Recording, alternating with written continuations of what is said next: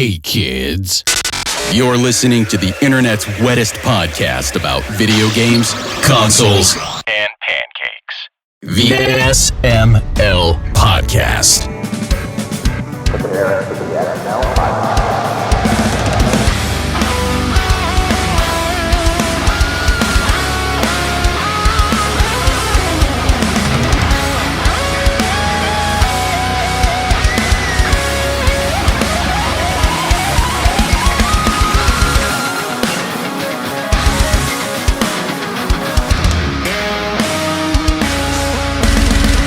What's up, everybody? This is the SML Podcast. I am your host, Joe. Joining as usual, Aki's here, Jacob's here, and Bri is here. How are you three doing?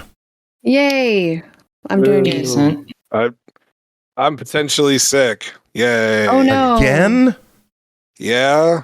You should just stop sending your kids to school. Clearly. No. Oh my God. No. We tried homeschooling during the pandemic. No. I'm good. I'm good. I'm so freaking good. What is it this time? It feels like it's a sinus infection, to be honest. So, yay. Proud of you. Well, to cheer you up, we have some guests joining us today. Returning to the show, Jenny Windom is back. Kimchica, you brought some friends today. Tell us, who'd you bring with you? What are you here to talk about? Yeah, hello. Jenny, Kimchica, she, her. And I brought Morgan and Rejon, and the three of us are three of the four co-owners of Soft Not Week. Shout out to Alex, who isn't able to make it today because they're talking to some students and sharing knowledge. So that's pretty awesome. But Awesome. Yeah, we just released Spirit Swap not too long ago, and oh boy, has it been a ride. So super excited to talk about it with y'all. And who are your friends that you brought with you? Yeah, I'll let Morgan and Rejon introduce themselves because they definitely deserve to shout their accolades from the rooftops. So I don't know, Morgan, do you want to go first? Yeah, I'm Morgan. I'm Shire. I'm the lead programmer on Spirit Swap. Yeah. And hello, everybody. My name is Rejon, aka Maximum Crash. Pronouns are they, he, and publicly I'm lead UI UX and lead audio, but I've had my hands in a little bit of everything on the game. Nice.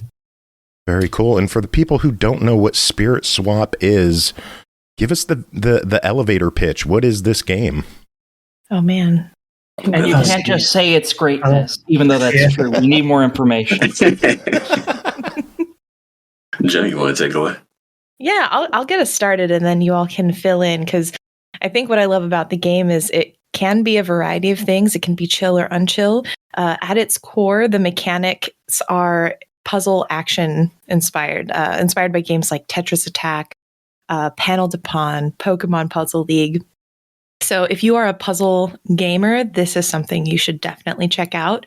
But surrounding that core mechanic is a story about friends being there for one another, a little bit of romance if you choose to pursue it, and a situation where spirits are starting to cross over from one dimension into this fantastical world, into the city called Damashq. And this main character, Samar, they have to figure out what's going on, not only with their friends, but with these spirits that are crossing over for an unexplained reason.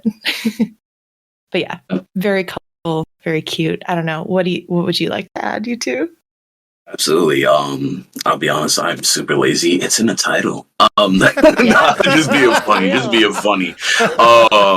No, to expand upon what Jenny shared though, it's definitely we're definitely pulling in the roots of Panel de Pon and Tetris Attack, which goes through a lot of, let's call them thematic changes throughout its history. Sometimes people know it as Pokemon Puzzle League on N64.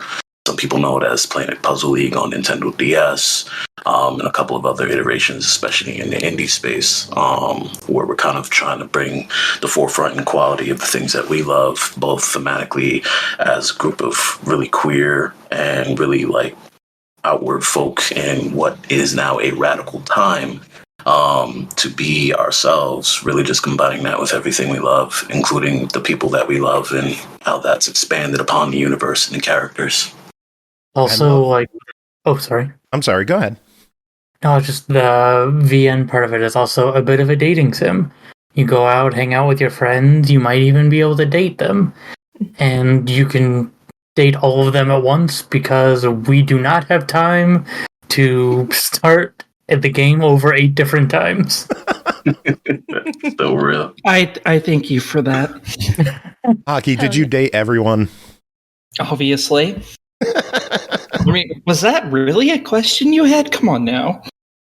I mean, I have to act like I'm surprised for the guests, but I know you did. I gotta know. I'm very curious. Did you have any favorite characters? Yeah, who's your favorite? Yes. I really liked the player character, Samara. She's very attractive. And I also really, really like Mo. She is smoking hot. And the polycule. I liked the polycule. Yeah. I like Pookie. That's just a great name, too. Oh yeah.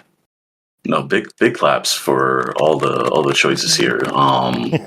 Like we're always trying to keep track of, like, you could say we have a little like internal like mark board of like whose people's favorites are, and y'all have definitely hit all the notes. It's pretty even across the board so far. Who's winning on the list? It's Ishk.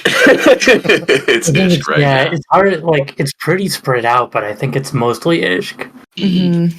All right, I got a question and about it. I mean, now that you mentioned that, so kind of like how back in like Mass Effect, I think they did it for 2, but like I know they definitely did it for 3. Like they were keeping insane amount of stats for everything. Of like, is Shepard a man or a woman? Who are you romancing? And if you are romancing, how are you romancing them? Like, it went even beyond that, like, oh, you're a Paragon or a Renegade. Ooh. Like, they were keeping super detailed notes on everyone's romances. Do you folks have a similar setup with that? Like, is there some sort of, like, data reporting back saying, like, oh, yeah, this is who everyone's romancing? No. We have to mess with like data privacy laws and things like that, and that's a whole can of worms I do not want to open. That's fair. I wish we could, though. I wish we could. I'd love to know more. So you basically just have to do interviews and find out who everyone likes manually and keep that whiteboard total going. Yeah, pretty much. I gotta say, I love how positive and open this game is, especially with how shitty the world has become in the past, 40 days or so. Yeah. Plus. Yeah. This is so, it felt so refreshing, and it felt needed. Like we needed something like this to come out and raise some spirits. Spirits. No, thank you for that. We're definitely seeing that like resonate in many of our communities, and also folks that have never heard of us before that come forward and be like, we really love the game. Like, I know a really big reward for me every night is like, instead of doom scrolling, I instead happy scroll the reviews that we get back on Steam and on itch.io about like, oh my god, like, this is everything I needed right now. And folks saying like, I just logged off work and I'm getting in a spirit swap. Like, this is my form of relaxation. And that's definitely like one of the pillars and hopes that our creative director Alex had for the initial concept of the game, where like Panel Upon and Tetris Attack and even puzzle action games are pretty stressful. Let's keep it real. They're really stressful games. But like for us, like a big challenge in the development, especially thematically in its presentation, was trying to keep that calm and that, like, I would say serene feeling of just getting lost in something that you enjoy that isn't labor intensive, but still requires a certain amount of engagement to keep you like aware of what you're playing. We're not playing a clicker here where you're just turning off your brain and waiting for the number to go up. You're actually engaging in the world, the characters, the themes, and also the great puzzle action elements. Yeah, the puzzle action is what caught my eye first off with this game. I loved Tetris Attack growing up. Of course, Pokemon Puzzle League got a lot of people into the genre as well. What made you want to go with this puzzle game as the base for your game? Oh, I wish Alex was here. Morgan, Yeah, take this one. I can answer a little bit, but Alex would be the main one.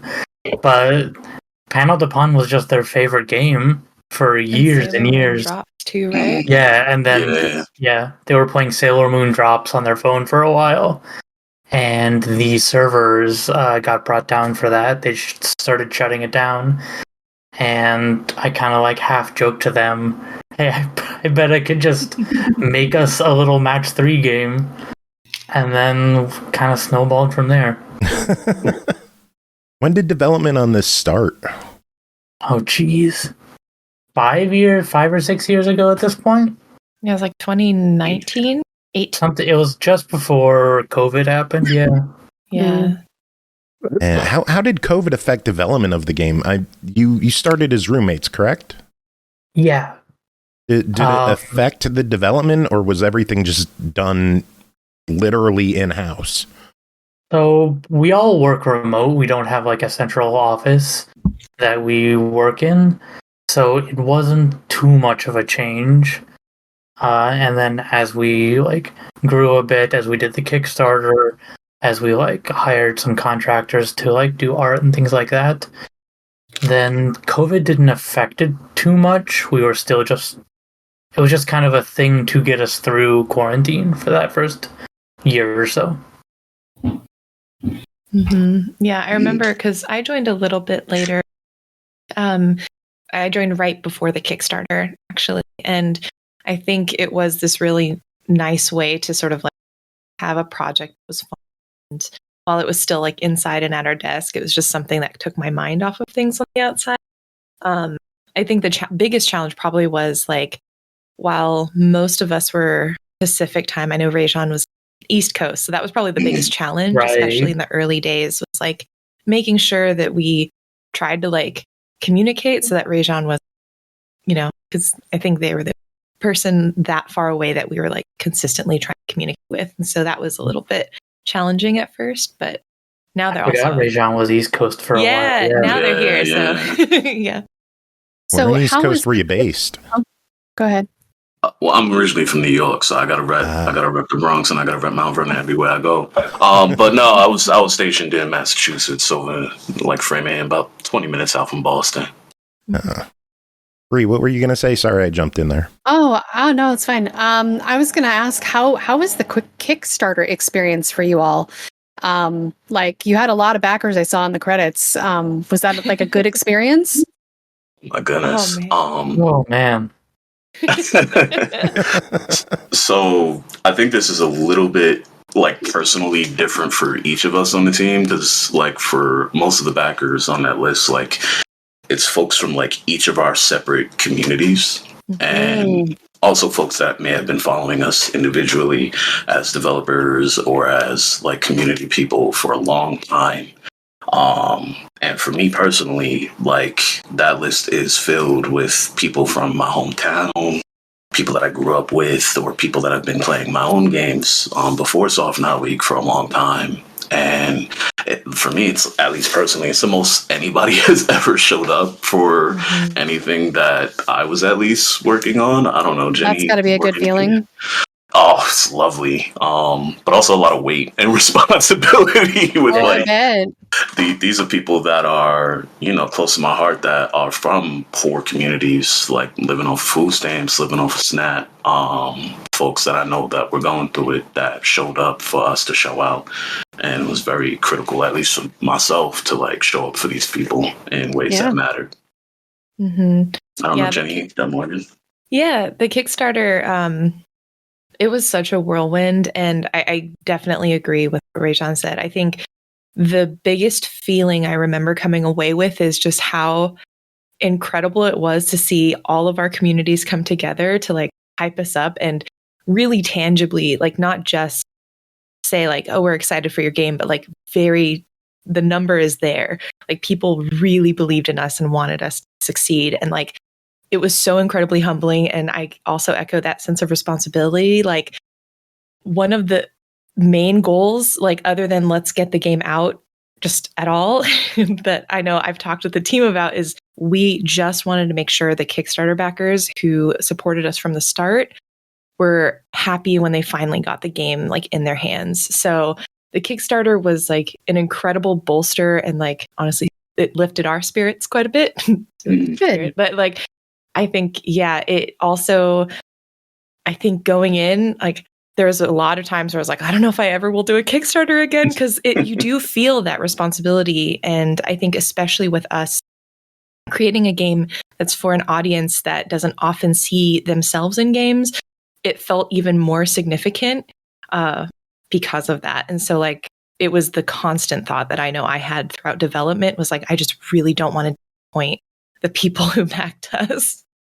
Yeah. I don't know, Morgie, if you have anything else. I was just gonna say, this is the first like game that's like being made to be sold I had ever worked on.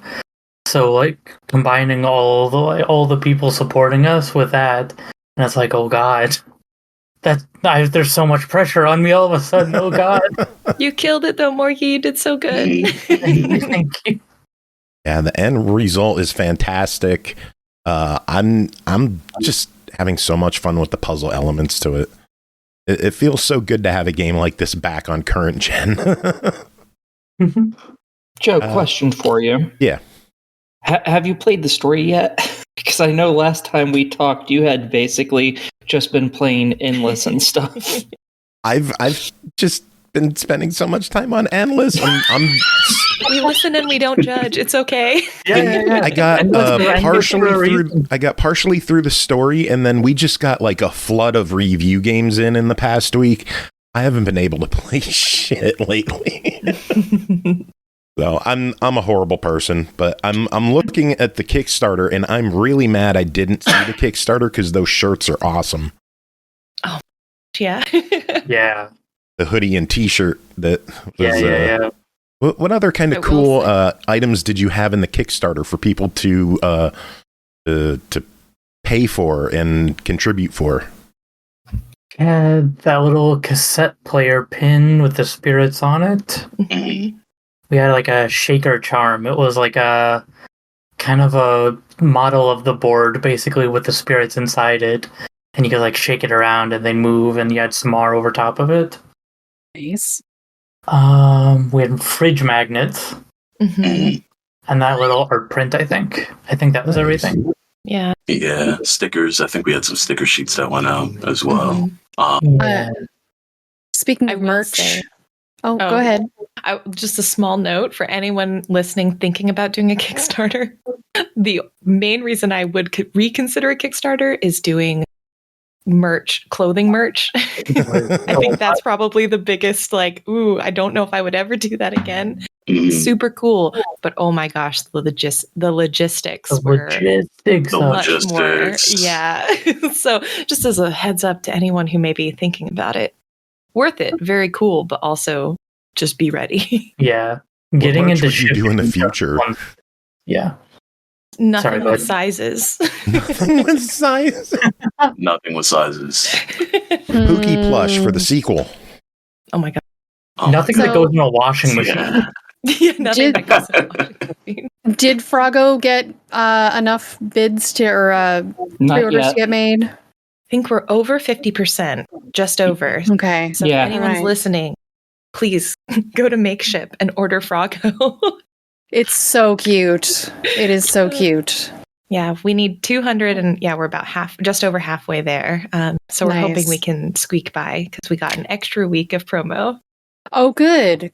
I knew it was like 5 days left last week, and I wasn't sure how that was going to work out. So I wanted to bring that up just in case there was an opportunity to let people know about it, because it is super cute. No, thank you so much. Yeah, we're really trying to post Frog every night that we can.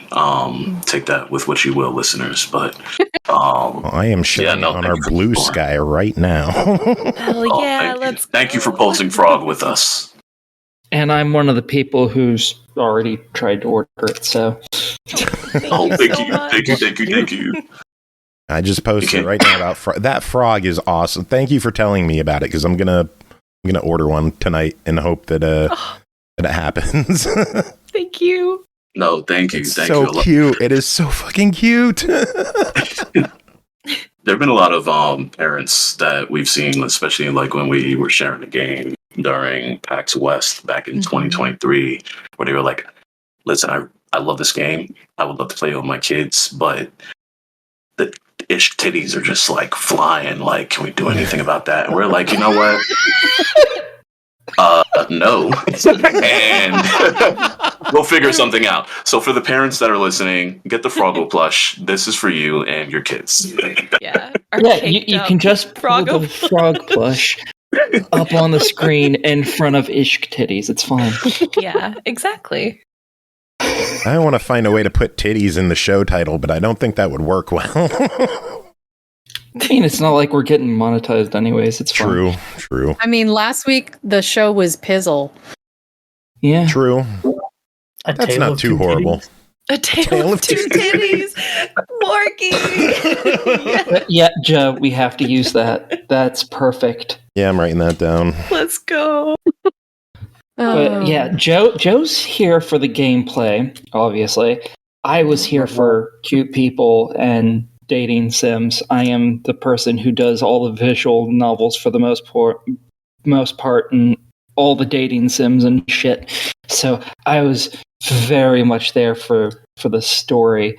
I found that because I obviously decided to date everyone. Obviously, there's an achievement for it. I was going to do it. It's just life.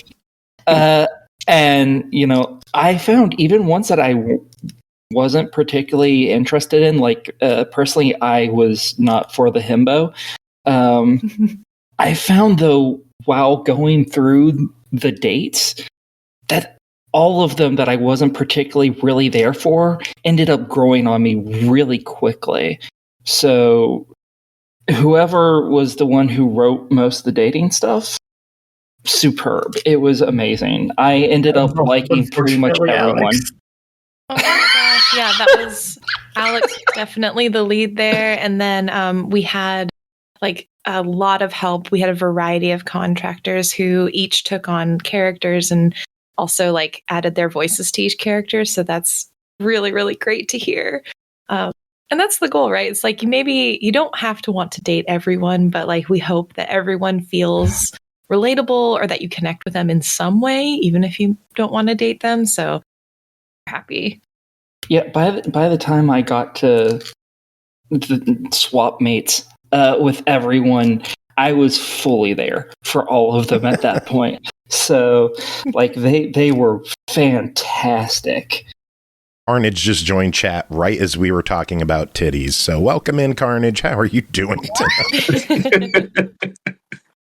I love this show sometimes. I love the crazy stuff that we get up to. So what has the feedback been so far since the game is released? It's been out 2-3 weeks now. How's the feedback been? Honestly, stellar. Like, you know, I have a giant head, so I'm like, yeah, I know our stuff is good. But it's been like very reflective of kind of like our internal feelings about it. Like we all really love the game and what we're putting forward, but to see that reciprocated in our communities has just been stellar. Like a lot of fan art coming out, a lot of folks just like, can't wait to get home and play this. Like, oh my goodness. And even like on different spectrums of like the folks that love dating sims, the folks that love puzzle action games, and like even just the folks that are showing up for a cozy time. Like, I don't know, Jenny, Morty, can you speak more to that? I was just gonna say, my dream was that someone would write fanfic about these characters, and people are, so I'm happy. Yeah. That's awesome. Yeah, I think the biggest thing that I was hoping for was fan art and fanfic. Yeah, it exists. So honestly, that for me is like the biggest sign of good feedback, that people love your characters and world so much that they want to either recreate it or inspires them to create themselves more other things themselves. So yeah, it's been awesome. That is the greatest like reward for sure. I believe Ash Parrish over at The Verge mentioned, like, this game makes me want to make games. And anytime, like, art resonates with people that makes them want to make something, oh, there is no greater joy on this planet for me. Flattering. That's so awesome to hear. I love when games stand out and try something different and they're rewarded for it. And it's good to see a game like this taking off and being accepted and appreciated. Thank you. That it means a lot. Especially in, like, you know, the realm of, like, games today where there are sometimes games made for very, I'd call it, cynical reasons. But for us, like, we just really wanted to put something that we cared about and loved, like, together. And for each of us, right? Like, this is our first time all working together. This is our debut title as a team. So it really speaks to, like, just the first foot forward, right? Like, whatever comes next after this will be even bigger and even better. So what does come next? Are you going to continue working on Spirit Swap? Could we see DLC for it? Or are you going to focus on a new project, take some time off and refresh? If you played the story mode, you'd know the answer to that, Joe. I have to ask questions. It's an interview. So Aki. I am happy to say that we've got an content update that will be coming that includes fashion, a little bit more narrative, and just some extra little surprises we're throwing in and prepping, so folks can anticipate that. We haven't announced a release date for this update, but we're planning it for this year. So to wait too long, hopefully, not another 4 years, 5 years. Do you know about how much it'll cost? It will be free for everyone who already has the game. Oh, $3.99. Yeah, free $99. Can't argue with that price. Yeah, so we just to not only fulfill, that final additional element for what was part of the Kickstarter, because fashion was part of the Kickstarter stretch goals, but also to just, we don't want to charge folks extra for we want to say thank you for supporting us. So please, let's go out with a bang and finish up these last updates for the game. Nice. Yeah. As part of the update, because I have to be a shit, there are some broken achievements currently on the Xbox version of the game, at least. Is the update going to include fixes for that by any? I should actually have an update that fixes those achievements. I think it's got through the approval process, so it should be good to go pretty any day now. Oh, yes! You just made Aki so happy with it. Me too. Yeah, I am also up an all about whore. the achievement whore. Yeah. I had to chase them down on PC, and I've mostly got them fixed on Steam. I've got to check one last one or two, and then all good. Sweet. How close are you to completion, Bri? Not as close as I want to be, but we'll find out when the patch comes in, like where I'm at. I've also been inundated with lots of review games, so I haven't had as much time to go back. I've just been playing endless, pretty much, like here and there. So, yeah. Yeah, once the patch comes in, I think I'll have all but one achievement, if they pop retroactively anyways. Oh yeah, they will. Nice. Which one will you need, Aki? I might still need the 2,500 swaps, just because my method of play was high risk, high reward, and therefore didn't require a whole bunch of swaps. So my swap number's probably pretty low. I also noticed in my game when I was playing, there was a missing customization item. I think it was a fridge that for some reason I didn't unlock. Oh, okay. I haven't heard about that. I'll ping you after the show if you don't mind. Yeah, that works. To find out about a bug. Yeah. Yeah, I am very much that type of person. If there's a way to break a game, I've done it by accident. Oh no, I get it. Yeah. I'm also that person. Yeah. I've had a I good ruin history everything of I finding touch. co-hosts who are good at breaking games. Yeah, it's all great.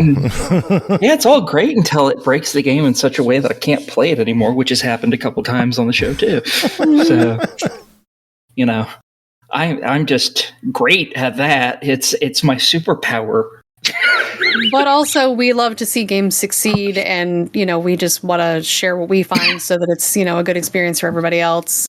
That's I think some Bri. of the No, thank you. Honestly, like whenever we receive feedback like this, we try to act on it immediately. So we should hopefully see some fixes coming out in the coming months. And thank you for playing. Right, like even the enthusiasm in the room here is like it keeps the gas in my tank, and I'm sure like it gives like each of us like it's a lot of like me sitting around going like yeah. Yeah, that's why we do this. That's why we do this. Really, just like the joy that we get to share and the stuff that we create is both a gift not only to ourselves but to each and every person listening to this. Yeah, I'm going to admit that unlike the rest of these people, I have no life. All I do is play video games for review for the most part, and I got this, and I ended up no lifing it for 2 days and did. Everything. Just I think it took me 2 days because I think the first day I got through the entire story, played the versus mode like 3 or 4 paths all the way through every character, and then I think the next day I went and I got all the romances to the end. Yeah, it was good. No, that's wonderful. Wow. Now I'm curious. Like, what's your highest score in Endless?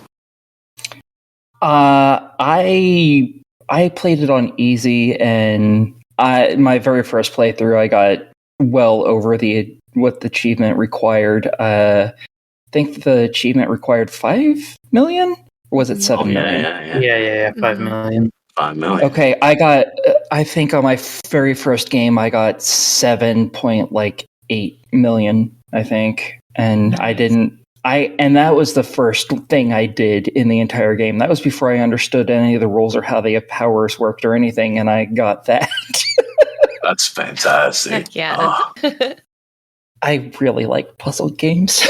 No, thank you. Like, if anything, if that was your first experience on easy, I'm curious if you have any opinions about Sheesh, which is a very decisive difficulty by our. I accidentally ended up on that once, and that was too much. I purposely tried it.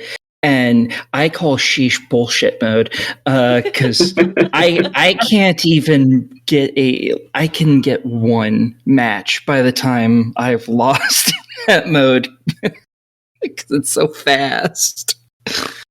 It took me a while to get it to give. So Rejon and Alex are probably the best at the game amongst us.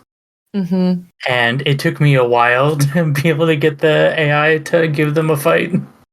Because I can't beat the AI anymore. I was going to say, I don't play on Sheesh. My confession. I am fully into spicy, and I will live there forever, I think. Big same. Yeah, Sheesh is okay. It could be a little bit harder, I think, Just bump up the speed even further. It's fine. You'll lose within a few seconds eventually. And there's people out there who will play Sheesh mode and just destroy it. Absolutely. Mm-hmm. Yeah. Absolutely. Those are broken people. But I don't know what hurt them, but something clearly did.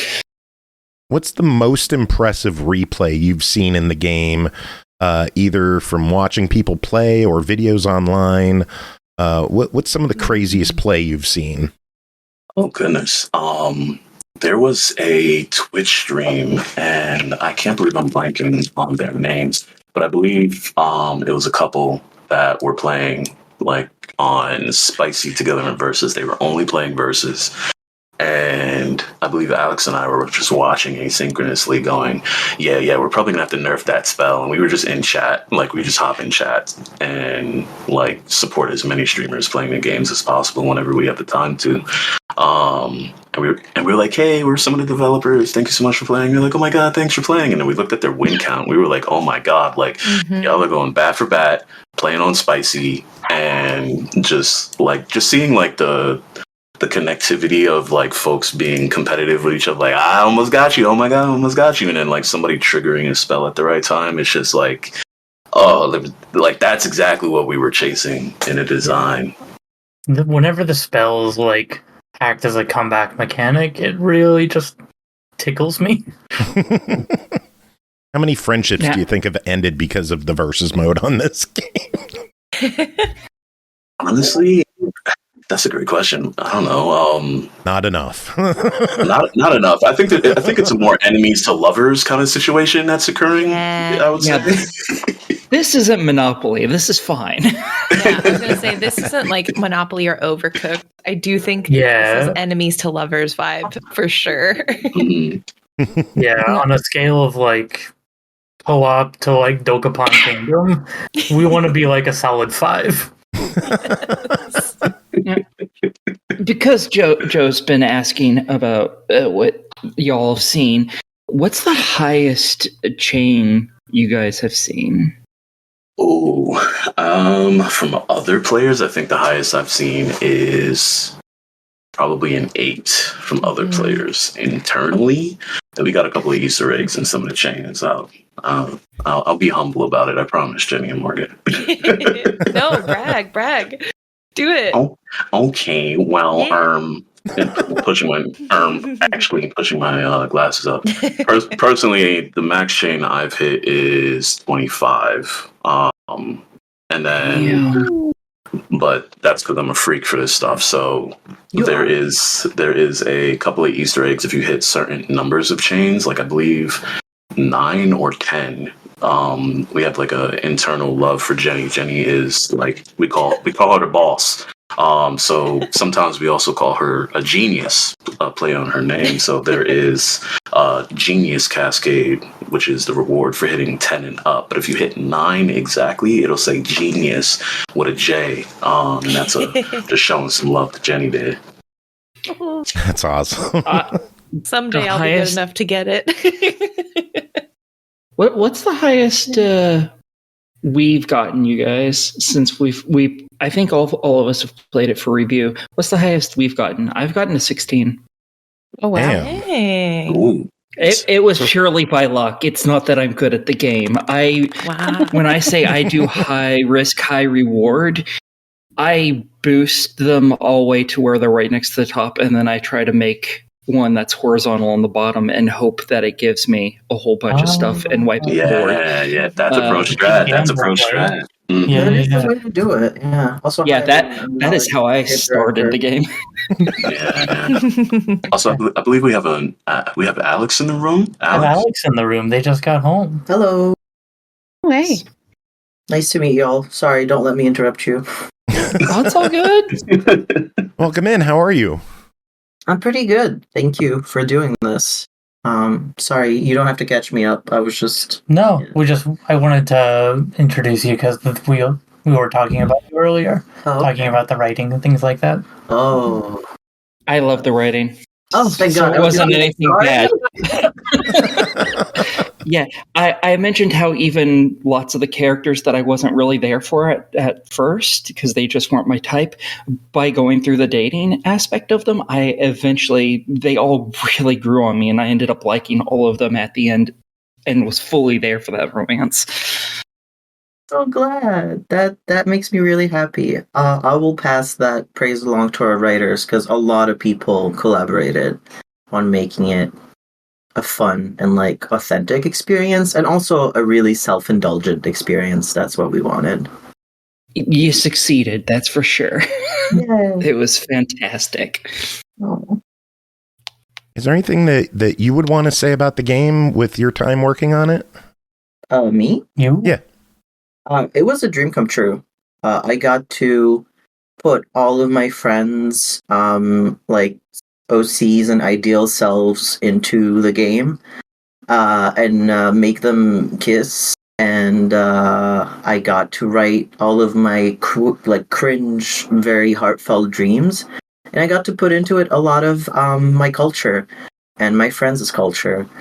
So it's really like a labor of love. And honestly, even if the entire world had hated it, I actually do love it. I still enjoy playing it, and that's all I needed. Honestly, well, you got a group of people here who love it too. So, thumbs up from us.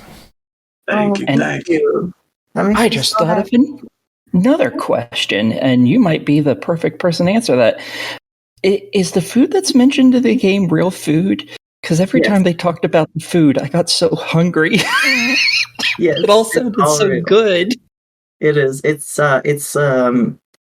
Levantine food, so like the East Mediterranean, Arab, Lebanon, Palestine, Syria.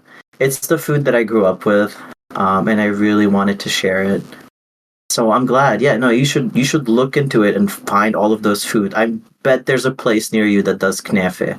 Knafe is so freaking good. It sounds delicious. Every time they started talking about the foods and what it was made out of, I was like, I want to eat that so bad. Also, for context and listeners that may just be joining us, Alex is our creative director at Soft Not Week. That's true. Yeah. Whoa. So a question I wanted to ask is a game with the title Lofi Beats to match 3-2. You're expecting some good beats, and this game has good beats. Tell us where the beats came from and the story behind getting the music in the game. Oh, wow. So this actually starts from Alex's taste. And if I remember the story correctly, please correct me if I'm wrong, Alex. When the development of the game started, there was a song from a very specific artist that we got to collaborate on the game called meltycanon. Big shout out to meltycanon if meltycanon is listening. Meltycanon saved the game. He had a song on one of his compilation mixes called On It.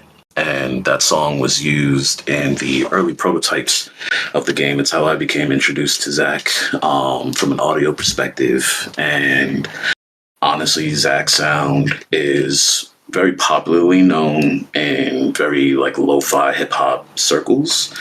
But to our surprise, as we got to know Zach a little bit more, Zach can write just about anything that comes to mind. And we were able to really like collaborate in a way that utilized his specialties and also the things that he cared about and put that into the game, at least as part of our creative and collaborative process for making music. Do you have any favorite tracks in the game? Yes. Yeah, you go first. I was just gonna add the way I found Zach is when I first conceptualized the game, I went on Twitter, rest in peace, and I was like, "Hey, does anyone have like any favorite lo-fi composers? Because I'm trying to listen as much as possible to as much of it as I can, in order to like get a feel of what we want for the game." And then I remember people telling me, "Well, it's just repurposed jazz. It's like gentrified jazz." So, and I was like, "What do you mean by that?" And they were like, "Yeah, a lot of it is just fucking hip hop and jazz that is repackaged for, a white audience." And I was like, "Okay, so can you recommend me some black lo-fi artists?" And then people just started being really generous and giving me all these links. And that's when Felix, I don't know if you know Felix, but I love him so much. He was the one who was like, "Try listening to this." And he gave me a link to meltycanon stuff. And the rest was history. Yeah. My favorite track is probably K-pop because I'm just a sucker for happy song. Yeah. I know back when we were like first making the game, when like right after Sailor Moon Drops went offline, I remember putting on it in the just little match 3 basically toy at the time I was making the song that Rejon mentioned, And even now, just listening to that song brings me back like 5 or 6 years ago, back to then. Yeah. What's your favorite song, Rejon? Yeah. I'm thinking, I'm scrolling through the Bandcamp. Chill. Buy the album on Bandcamp. So all the proceeds go to meltycanon. Let's see. I'm really thinking, because we sat with this music for a long time. It'd probably have to be Leon.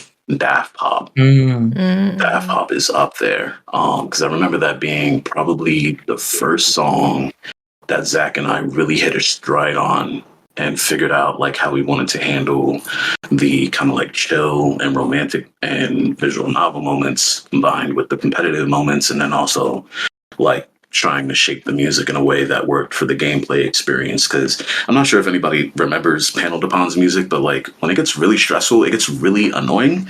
And if you're playing that game for like 10 plus minutes and you get to that high level play, you're only hearing that music. So we really like tried to take an approach that was counter to that annoyance, because you have to listen to this, and we wanted to make it as enjoyable as possible. Like, I don't know, Alex, you got anything you want to add to that? I mean, I would love for you to talk about the turbo system. Because I was gonna say, because I've seen everyone who plays it just go like, "Oh, when the lyrics hit, when this hits." Just talk about what you did. All the sliders you added. Oh my god! Okay, if I can nerd out for a second here, Absolutely, and stop me if I say anything too esoteric. When the first two songs we started on were Lulu's Bakery and Mosh Move. And around that time, we were taking a lot of like inspiration from the characters and the locations. Melty, everybody on the team here is like really big fans of fighting games too, specifically Tekken. Sorry for all the Street Fighter enjoyers, but Tekken's better. But a lot of the design for the tracks was really considering how they needed to be used, and really just also. Like, we wanted to feel cohesive because we needed to shift from those narrative moments, whether they be romantic, sad, soppy, really happy, really joyful, and shift from those moments into gameplay. Because I call them stages internally, but every scene that exists for a location is, in my brain, from a technical standpoint, equal to a fighting game stage, because that is where the swapping occurs. So if you know Tekken and you know how the music is designed for that, the music changes on a round-to-round basis. And as soon as you get to the final round, it really ramps up. Big shout out to the Namco sound team. Absolutely love them. Big inspiration. That helped us like really lock in when we were collaborating on like, how do we want this to sound? But the biggest thing that stuck out for us, and the reason why Leon is my personal favorite, is because that was the first time we really figured out like turbo from a narrative perspective of, sure, this song works for the location and the vibe of this location based on the character, but the turbo side of it was for Melty and I, it was like, what would this character listen to that would be a record flip? So this character might enjoy like Pookie, for example, might enjoy more surf rock, but that ends up shifting into like more breakbeat related stuff once you get into turbo, because that is what Pookie would listen to. This is what Leon would listen to. This is what Lulu would listen to. So really just like taking that concept in stride for each of the characters and using turbo not only to make it more hype and more exciting, but also using that as a means of like pushing a narrative forward sonically as well. Very awesome. I love hearing about the music in the games, because I spend way too much money on music. And tonight's going to be Friday night, which means more music on iTunes, so I got new stuff to buy tonight. Oh, that's fantastic. Thank you. You all don't understand. Joe, how many games, or not how many games, how many songs do you have for Rock Band again? In Rock Band, all but 3. And how many, what a ballpark number of how many that is? 31, 34. Yeah. Yeah, when Joe says he likes music. 3,000 songs in Rock Band. I own way too many songs. And that doesn't include all the music on my computer that I've been building up since like the 90s. My digital library is insane. So I feel that real recognize real. Oh yeah, I'm a mini disc freak. Like I'm going to Japan next week. I'm gonna be picking up as many like rare jazz mini discs as I can because they're like discontinued now. So I'm saluting you. Mad respect. That is awesome. Yeah, I'm all digital now. I got rid of my CD collection a few weeks ago. I donated to a radio show. I figure they're just collecting dust in my house. I'll give them to someone who's going to use them. I just love that they asked for a ballpark number and you just burst out with the exact number of songs in the game. Well, the only reason is because I know there's 31, 37 in the game and I'm missing 3 because I've played way too long and people ask too many times. How many songs? Because they got delisted before I made the decision I wanted to own everything.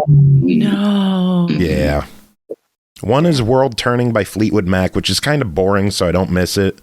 The other 2 are from the Naked Brothers band from Nickelodeon, and they were only $1, so I don't know why I didn't get them.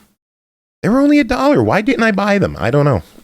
I can't answer that. That would frustrate me forever, honestly. Yeah, I wish there was a way I could somehow get them. Oh well, Rock Band doesn't release songs anymore, so I'll have to live with my 3,000.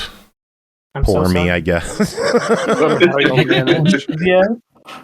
Yeah, Joe just has to deal with his 3,000 that is next to impossible to load because there's just so many that it's trying to load. Yeah. It's funny. The Xbox does run slower when Rock Band is installed with all the tracks. I think having that many files just breaks the OS. That's wild. Yeah. I have a Series S specifically for Rock Band so that it won't affect the games I'm playing on my Series X. Yeah. I'm kind of crazy sometimes. But no, I get it. That's fair. Enough about what I play. What games have you been playing when you're not working on Spirit Swap, or what games are you looking forward to that are coming out soon? Balatro. Very good.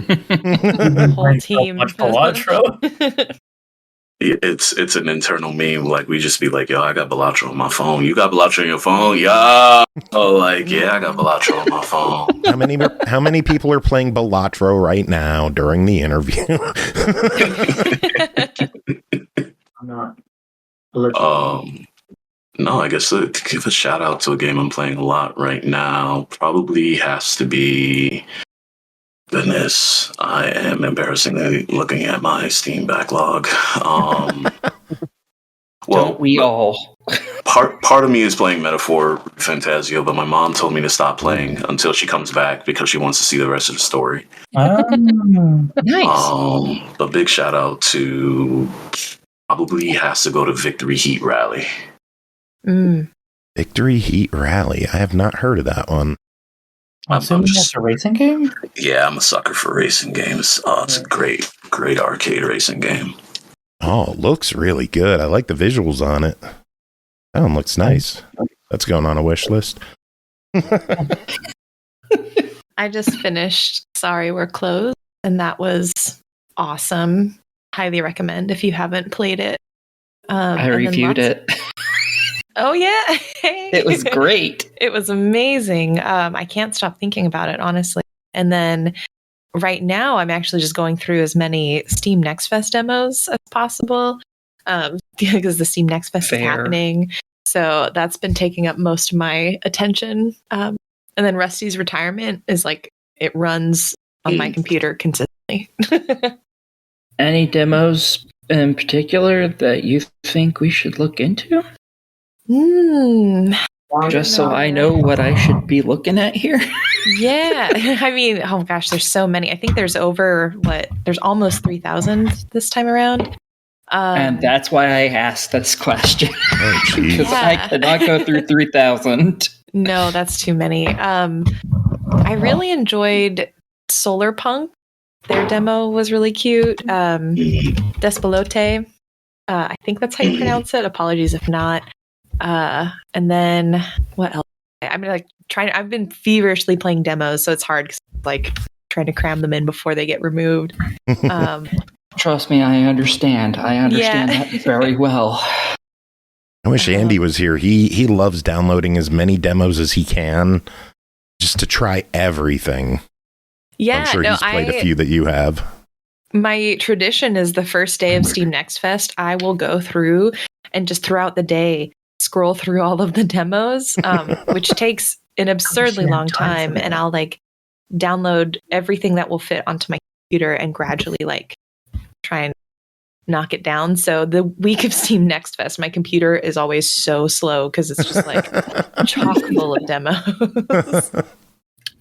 Fair. Jenny, it is wild to me how much you're still able to play games. I'm over here like, I only play Hello Kitty Island Adventure now. That's all my brain can handle.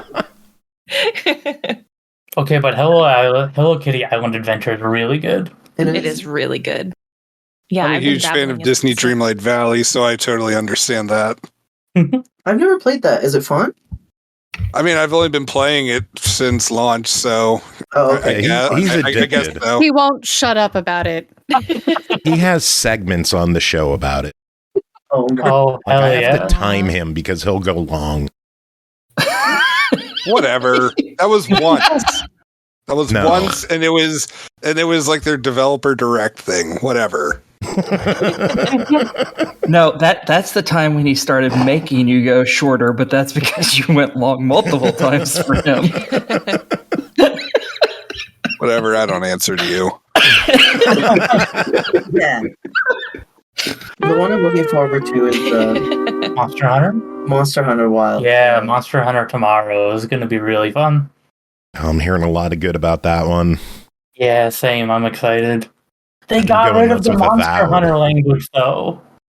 Did they? I'm devastated. Yeah, it's the smallest thing, but I love playing with the nonsense language.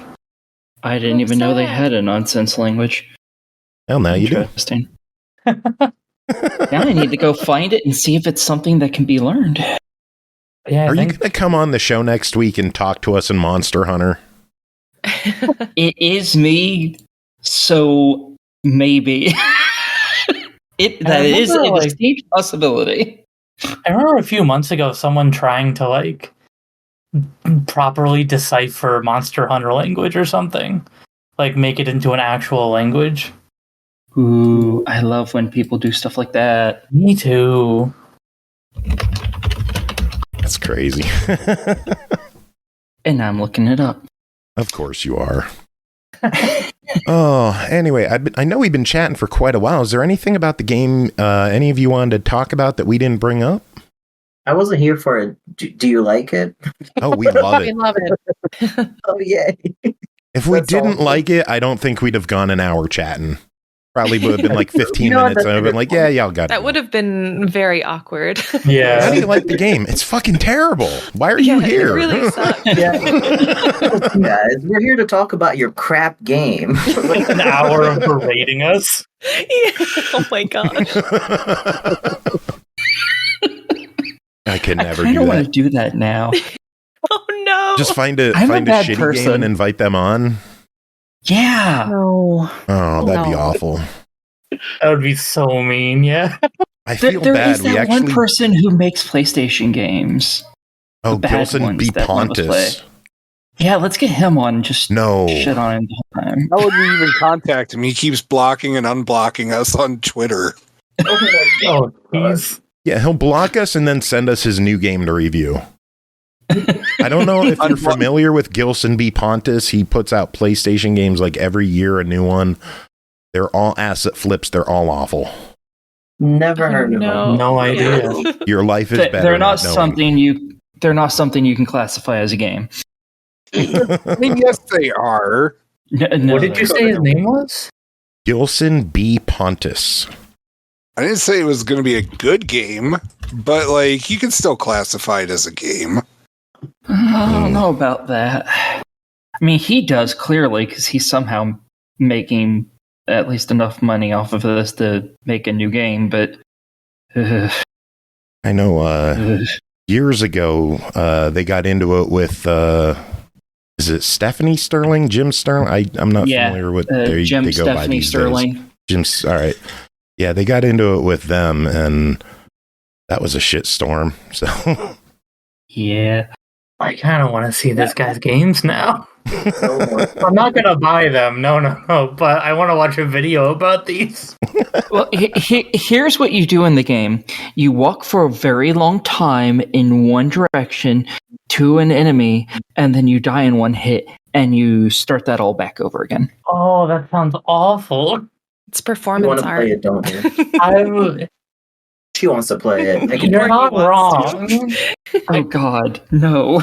I'm not gonna do it, but I'm morbidly curious. Yeah, no, that's literally what all the games are.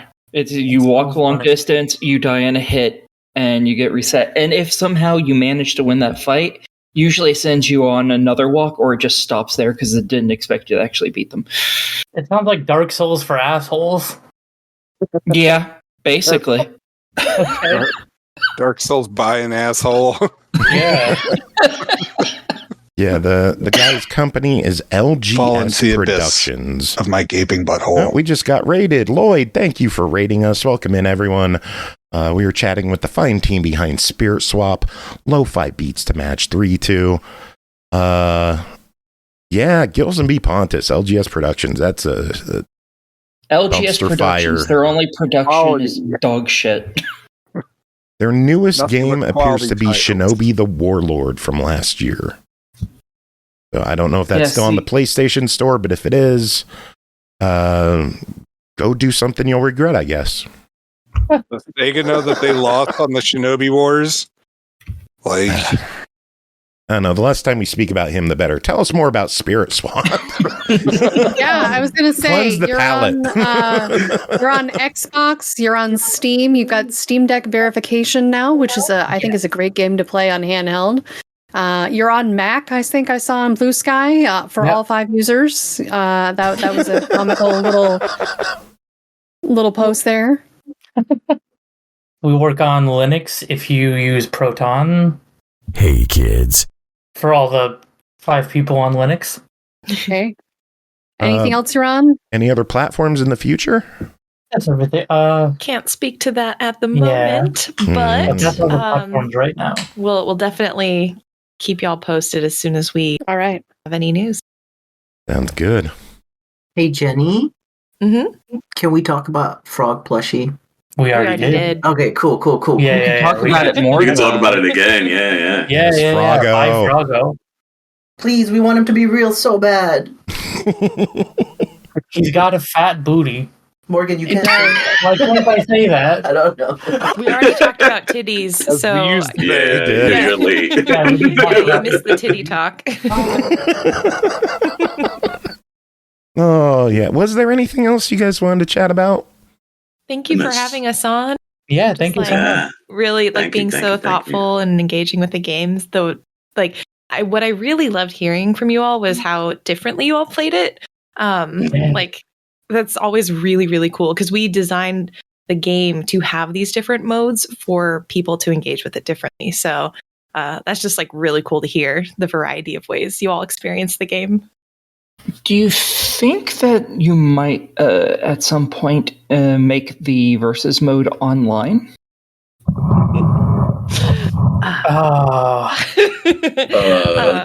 If we earn enough money, anything's a possibility. But the reality is, online takes a lot of work, a lot of funding, and while we have been really happy with the game, right now we're not able to be able to support that. Yeah, I would love nothing more, but if we can sell 1,000,000 frogs, maybe we'll think about it. So everyone go buy a frog.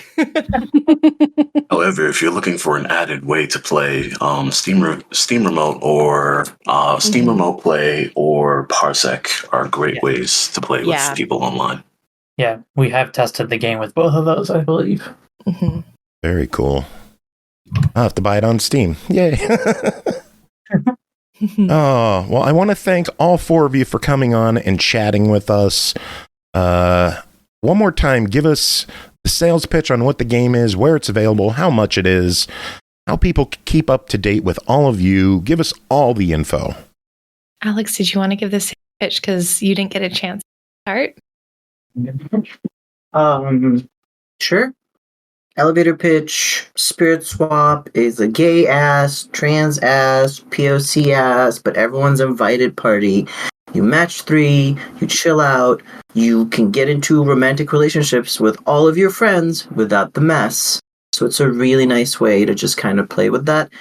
And because we're all like not, teenagers anymore, you can romance everybody in one go if that's what you want to do. You don't have to play the game over and over. If you have a day job, we respect that. We just want you to have fun. We just want you to chill. Please buy it. $19.99. Itch, Steam, Xbox, you name it. Not as long as it's one of those as three. As long as you name one of the 3. Don't name those 2. But the other ones, you got it. Android. No. Not Android. Virtual Boy. Oh, God. Neo Geo, Sega Mega Drive, Sega Genesis, Dreamcast. Dreamcast, I love you. Sorry, the Dreamcast was my first console. It's my favorite. Dreamcast was so good. It was awful. I love it. Especially the PlayStation 1 nerd here. But yeah, no, it's a labor PS2 of was love. the superior system. Come on now. Exactly. It's everything I've ever wanted, and we made it through the power of friendship and working 2 jobs for a long time. And sometimes more. Yep. Yeah. So yeah, I hope you like it. Well, again, thank you all for coming on, chatting with us, hanging out with us. Everyone, stick around. We're going to take a quick little break. We'll be back with more show. We got news and reviews to take care of. Alex, Jenny, Morgan, Rejon, thank you so much for coming on. Do you each have final words to end the interview? Ishk's titties. Oh, some more frog. Yeah. What about you, Jenny? Oh, I was gonna say frog cakes. Frog cakes. Yeah, I feel like I can't top that. Hashtag frog cakes. Hashtag frog cakes. Yeah. Froggo does have a dumpy. I went and I looked because I hadn't bothered clicking all the pictures. I just saw the front of it and I was like, I love it. So I ordered it. But yeah, it has a dumpy. It was our first piece of feedback, I believe. Yeah, we said bigger. Yeah. I still have the red lines where they showed us the prototype and I was like, could you shoot him up? Double shoot him up just a little? And then they were like, how about this? And I was like, a little bit more. Fair. Froggo booty.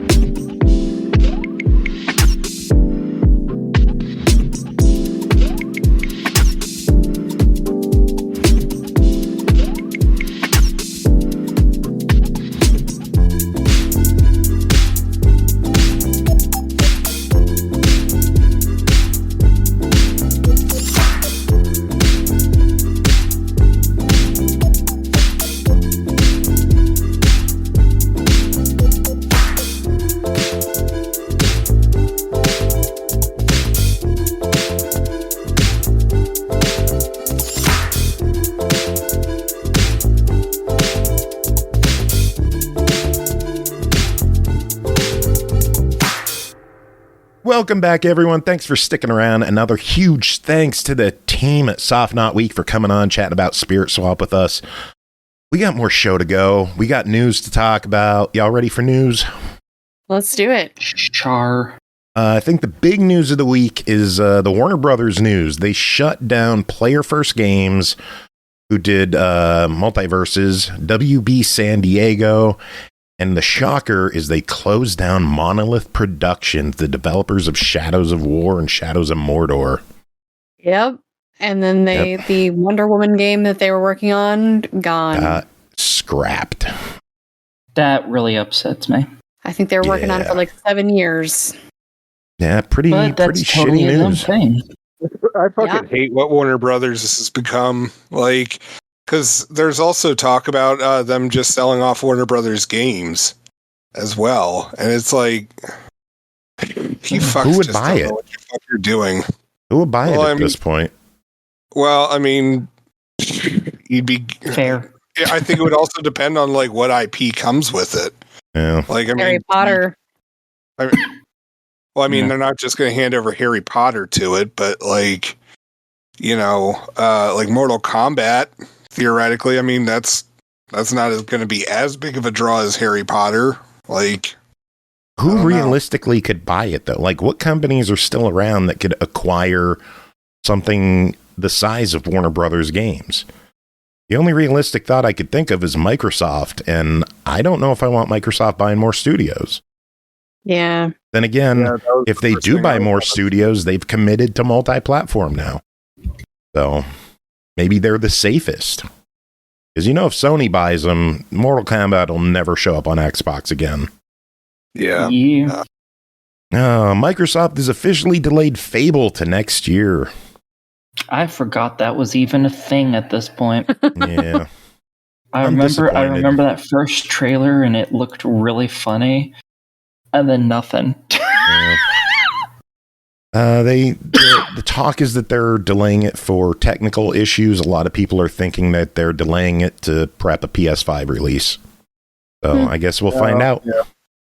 Yeah. PlayStation Plus games for March were announced, and it's a great fucking lineup. Oh? 3 bangers. Used to you saying that. Dragon Age the Veilguard. Oh. Nice. Sonic Colors Ultimate. Mm-hmm. I don't know that one. TMNT the Cowabunga Collection. Oh, nice. Oh, nice. Holy shit, what a lineup. Yeah. Yeah. Had a lot of lackluster months, but damn, March is good. Sony also announced that the PSVR 2 has gotten a permanent price drop to $399 starting next month. And I think the Horizon, or what is it called? Horizon Call Mountain. Yeah, whatever it is. They're also knocking that down to the same price as well. There you go. Balatro has won an appeal in Europe to finally be rated PEGI 12 instead of PEGI 18 because it's not worthy of a PEGI 18 by any stretch of the imagination. Luck Be a Landlord was also given a 12 as well. What's that? Another game. Well, no, duh. I don't know it. I don't play it. I don't know every fucking game that comes out. What the hell? You should. I should. I know. I don't know. It's something on Steam, I think. Oh. Most assuredly. Most assuredly. Yep. And then the last little bit on new. Oh, god damn. Where'd that come from? Your chest. That was fun. Last little bit of news I have. Dauntless is shutting down May 29th and will receive no more content or updates. It's an online-only game, so all achievements will be gone when the game goes down. That sucks. Yeah, I liked Dauntless when it first came out, but apparently their recent changes have just destroyed it. So, what changes did they make? You used to make monster-specific weapons, so you would have like 12 different swords for different hunts and different occasions, and they just simplified it to like one sword. And all the work people did for all those weapons was gone. That's weird and ill-advised. Eesh. Yeah. Aki, what news do you have? All right. Well, Valve gave out the source code for, is it Team Fortress 2? Is that what it's called? Yeah. TF2. And EA did much the same with their Command and Conquer. At least one of them. I don't know if it's more than one or if it's... I believe it is a few of them, but they released more of the source code. Yeah, so now modders can, really go out and have some fun with it, because modders have been keeping both games alive for some time now. So, yeah, that was really interesting to see, especially from EA. So, that's cool. And that's all I got, because I'm bad at news. Yeah. I wonder if EA would ever consider doing that with like the Wing Commander series, because I know University of Austin, Texas, they have Origin Studios. Like they have like an entire archives like that's just for Origin Studios properties and stuff like that. Yeah, I don't know. That'd be pretty cool if they would do that for other old series that they aren't really doing anything with. Yeah. Good talk. Stuff. Bri, what news do you have? Apparently I had the same exact list of news that you all had, except I would add that Bellatro is now on Game Pass, so that's exciting. Nice. But that's all I got. Jacob, what about you? Striking Distance Studios has another round of layoffs. Jesus. According to it, it remains, quote unquote, remains operational, and that the cuts will not impact any projects currently in works. All right. That's all the news I got. Man, I thought we'd have more news this week. Well, there's going to be a new game by the Metro folks coming sometime. Who knows when? Yeah, I saw the Metro dev is actually two devs that have been the same name, working on the same games, and now they're finally splitting and making distinct names for each of the two studios, and they're working on different games. Yeah, I never knew that either. Actually, yeah, apparently they've been two teams for a decade. Since like 2014. Yeah, I never knew that. Yeah, me neither. Surprised me. But the new game that's being worked on looks pretty interesting. Does it? So, yeah. But anything made by the Metro folks looks interesting to me because I fucking love that series. See, I don't know when the last time we updated what's coming to Game Pass, but I have a list here that was put out recently.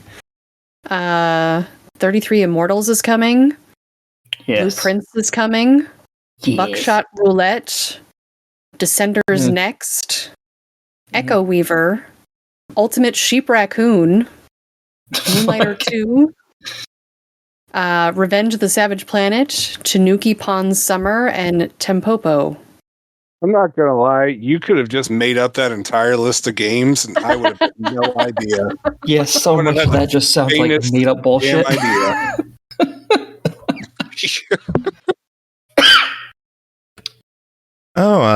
Assassin's Creed Shadows leaked a month early. Did you hear about that? Oh yeah, I did, and I totally didn't put it on my list. Apparently, somebody sold a copy. I think it was on Mercari, based on the image I've seen. It looked like it was a Mercari listing, but they sold it and someone bought it, and they've been playing it for a month now, or for a few weeks now, a month early. But nice. Wow. Yeah. That's crazy. Well, somebody's getting fired at that CD company. Yeah, pretty fun. But I actually, now that I think about it, I do have two bits of news also to discuss. Okay. Somebody hit the movie watch. Oh shit! It's movie watch. There. Thank you. Jacked and vascular and young and tan. What? Jacked and vascular, young and tan. Oh, that doesn't describe me at all. You big old dumb idiot. That does, though. That does. That tracks. All right. So I'm still mad at Warner Brothers over the fact that, I got a copyright strike because of a Minecraft movie. And I said I would never talk about that movie ever again on this podcast. Unfortunately, and you're doing it anyways.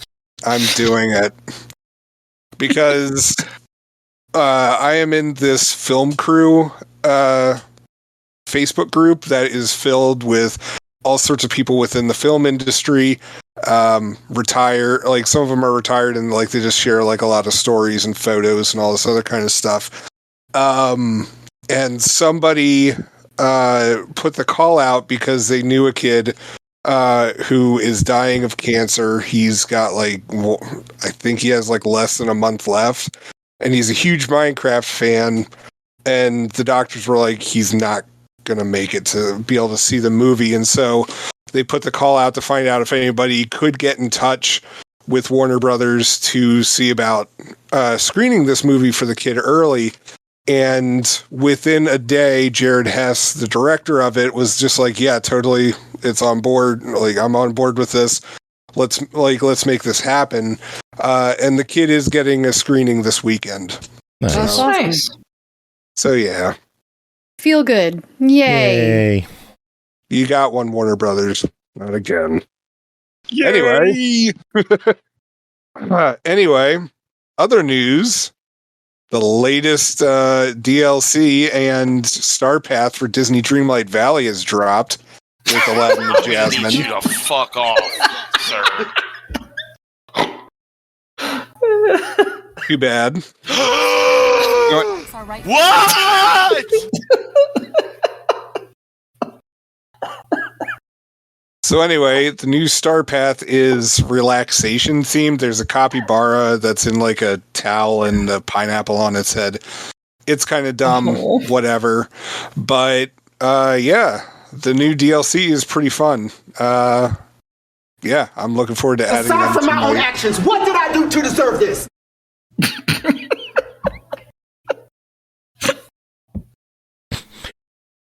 I like that one. I think that's a funny comment. Aside from my own actions, what did I do to deserve this? So the only thing that I know is it has an adorable sounding capybara. Why are you excited for this? Because you didn't seem all that fussed about it. Yeah, I'm not. I think it looks dumb. However, in the premium store right now, there's a baby reindeer that looks like a little tiny Sven from Frozen. And shouldn't they have put that out like 3 months ago? Why? For Christmas or reindeer? I mean, maybe, I guess, but usually Christmas is its own thing. And it was a, oh shoot, what did we get? There was a different animal that you could get. Anyway. They need to put an abominable snowman in there. They probably will eventually. All right. Well, I guess that's it for news. Should we dive into reviews? Yeah. Sure, I guess. We got some big ones tonight. We got some fun stuff to talk about. Let's kick things off with AVOWED. Wait, what? I didn't realize we had big stuff. I didn't say anything. I thought you said something. That was me. Oh. No, that was Aki. What'd you say, Aki? We do? You're the one who fucking reviewed it, you dork.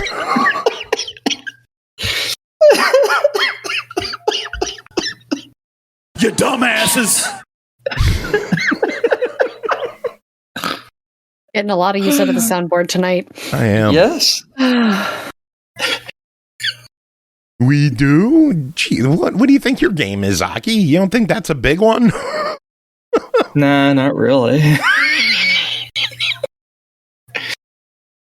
I would say it's about a medium-ish one. You're ridiculous. First game to talk about tonight is AVOWED, code provided to us by Microsoft for the purpose of this coverage.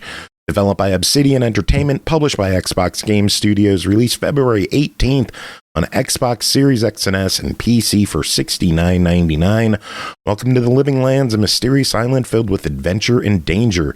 Set in the fictional world of Eora that was first introduced to players in Pillars of Eternity franchise, Avowed is a first-person fantasy action RPG from the award-winning team at Obsidian Entertainment. Aki, tell us about your time with Avowed. Okay. First and foremost, you play as the Envoy, which is an envoy for this kingdom that I don't remember the name of because I've never played the games that this is part of. And Eora. I said it in the intro.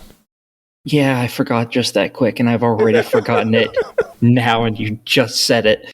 And you are a god touched, which means God diddled you, I guess, and now you have things about your appearance that are very different from other people. Like you might have flowers growing out of you or wood growing out of you or what have you. And you get to customize your character. That wood growing out of me. And unlike lots of games where you're in your character customization, then you go into the game and you're like, oh wow, this character is uglier than shit. This game does not allow that to happen. I don't know if you can even really easily make a super ugly character. I went in here, usually I make a character and I'm like, oh, they're so hot, and I bring them into the first cutscene, I'm like, oh god.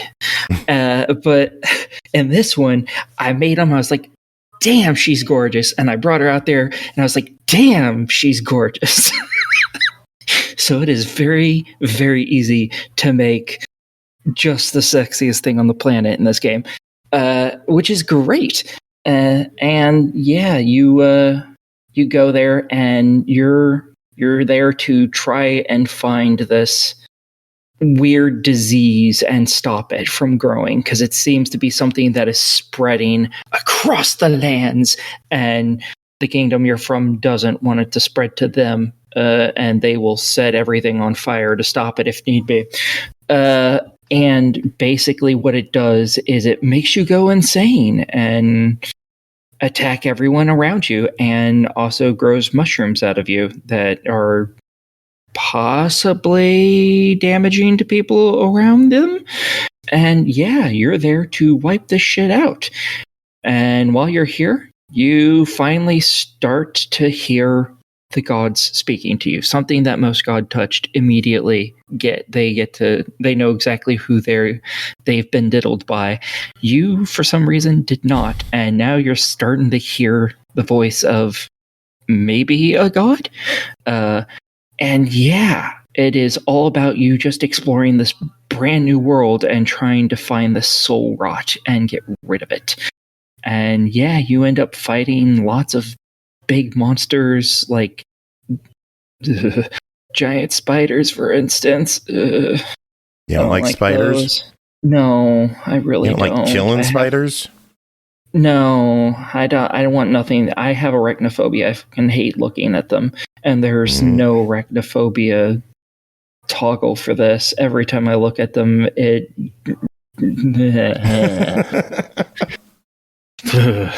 There's also these giant lizard people that are really funny because they think they're hot shit with their little stabby tools when you have a fucking musket and you can blow their brains out from, like, I don't know, halfway across the map. You also can unlock magic. There's 3 different trees that you can go into. One of them is magic, but you can access magic even without putting stuff into that tree. Another one is Ranger, which makes bows and guns hit harder. And then there's Knight or Soldier or something like that, the big bruiser with the sword and a shield type. Yeah, that's how I play. That was originally how I was playing, but I started playing the game on the hardest difficulty right at the beginning because I can. And I realized very quickly that's not a playstyle for that mode. The fuck? at all. So I've gone back to, instead of doing that, I have put a lot of points into that tree because it gives you more health and makes it to where you can wear better armors. But I mostly use guns because guns are they're good. Big shocker, folks, but guns they're useful. I haven't even tried guns in this game. I've been doing swords, they're a amazing. sword in one hand and a grimoire in the other hand. I could like shoot magic and fire and lightning when I need, and then I have my power attacks with my sword. Yeah, see, I started with a sword and a shield for one loadout, and for my second loadout, I had a pistol and the grimoire, and I have switched that to carrying a sword and a pistol, and then using an arquebus, which is an old rifle / shotgun type thing, because it's ungodly overpowered. And it makes it a lot easier to deal with on that difficulty. And yeah, you have different levels for your weapons, and you kind of really need to just upgrade them to get to higher levels because buying them is way too expensive.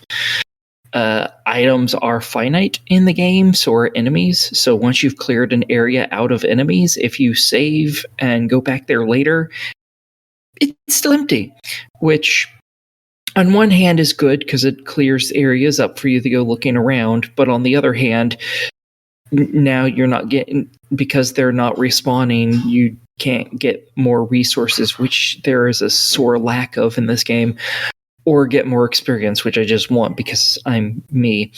So that's kind of a shame.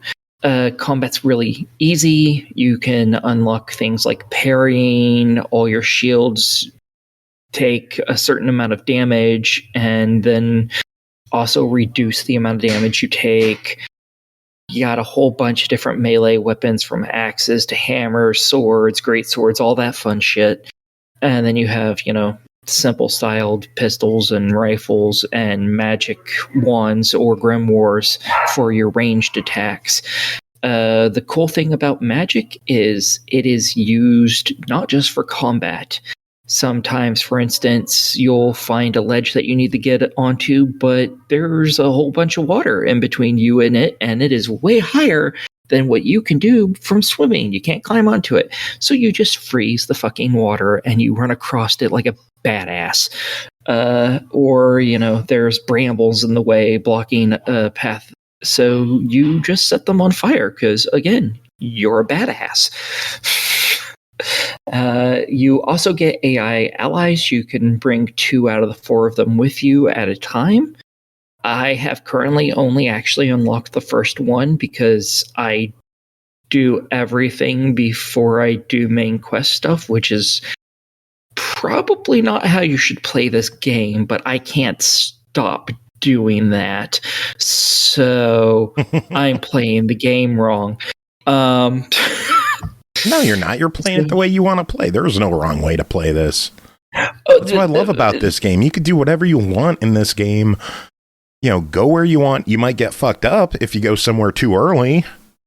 That is all that keeps happening to me. Then again, when you're playing on the hardest difficulty, you want to get your allies as soon as you can.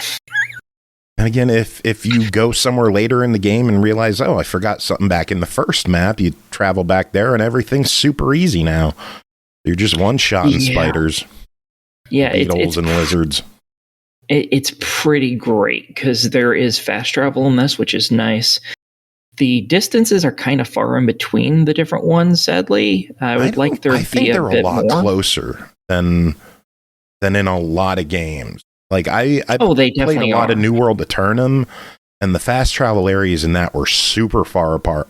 I thought they were very generous with not only how close they were, but how close they were to major areas. They had the camps you could go to instead of just the little beacons that you could travel to. I thought it was very forgiving with the fast travel and very accommodating. I've used it a lot. So have I. I would like there to be more just because I don't like having to walk around. I am inherently extremely lazy. But talking about the camps points, you unlock those by finding gigantic fuck-off sized crystals around, and that's how you commune with your god.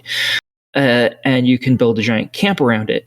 At your camp, you're able to upgrade your equipment, providing you have the materials required. You can cook different meals, providing you have the materials required.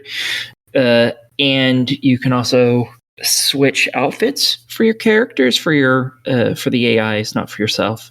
You can switch your own outfit whenever you want. And you also eventually unlock different idols, basically, for other gods.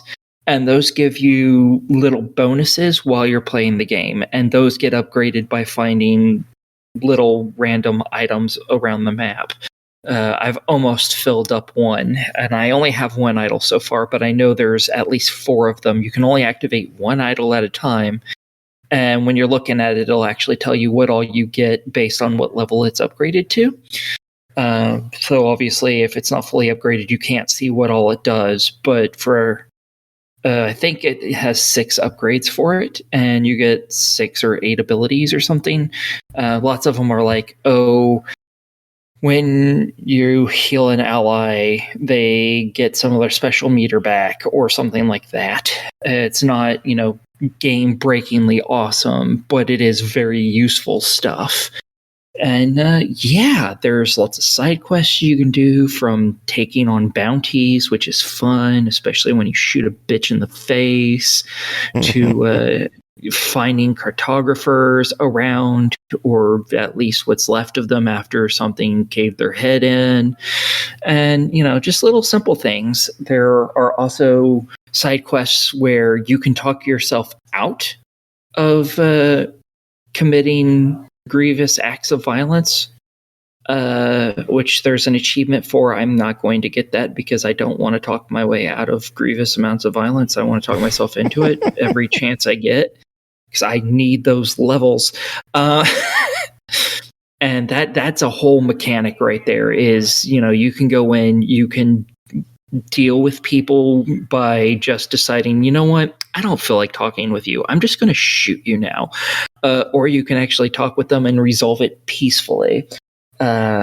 Sometimes doing it peacefully works in your favor. Other times it doesn't necessarily. Lots of it is, you don't want to fight me, I'm going to destroy you, and then people get scared and run off, and that's totally in your favor. Other times it's like mercenary groups, and they're like, well, you can give us this and a whole bunch of money and we'll leave. And that's no longer advantageous, because again, all resources are finite in this game, including money.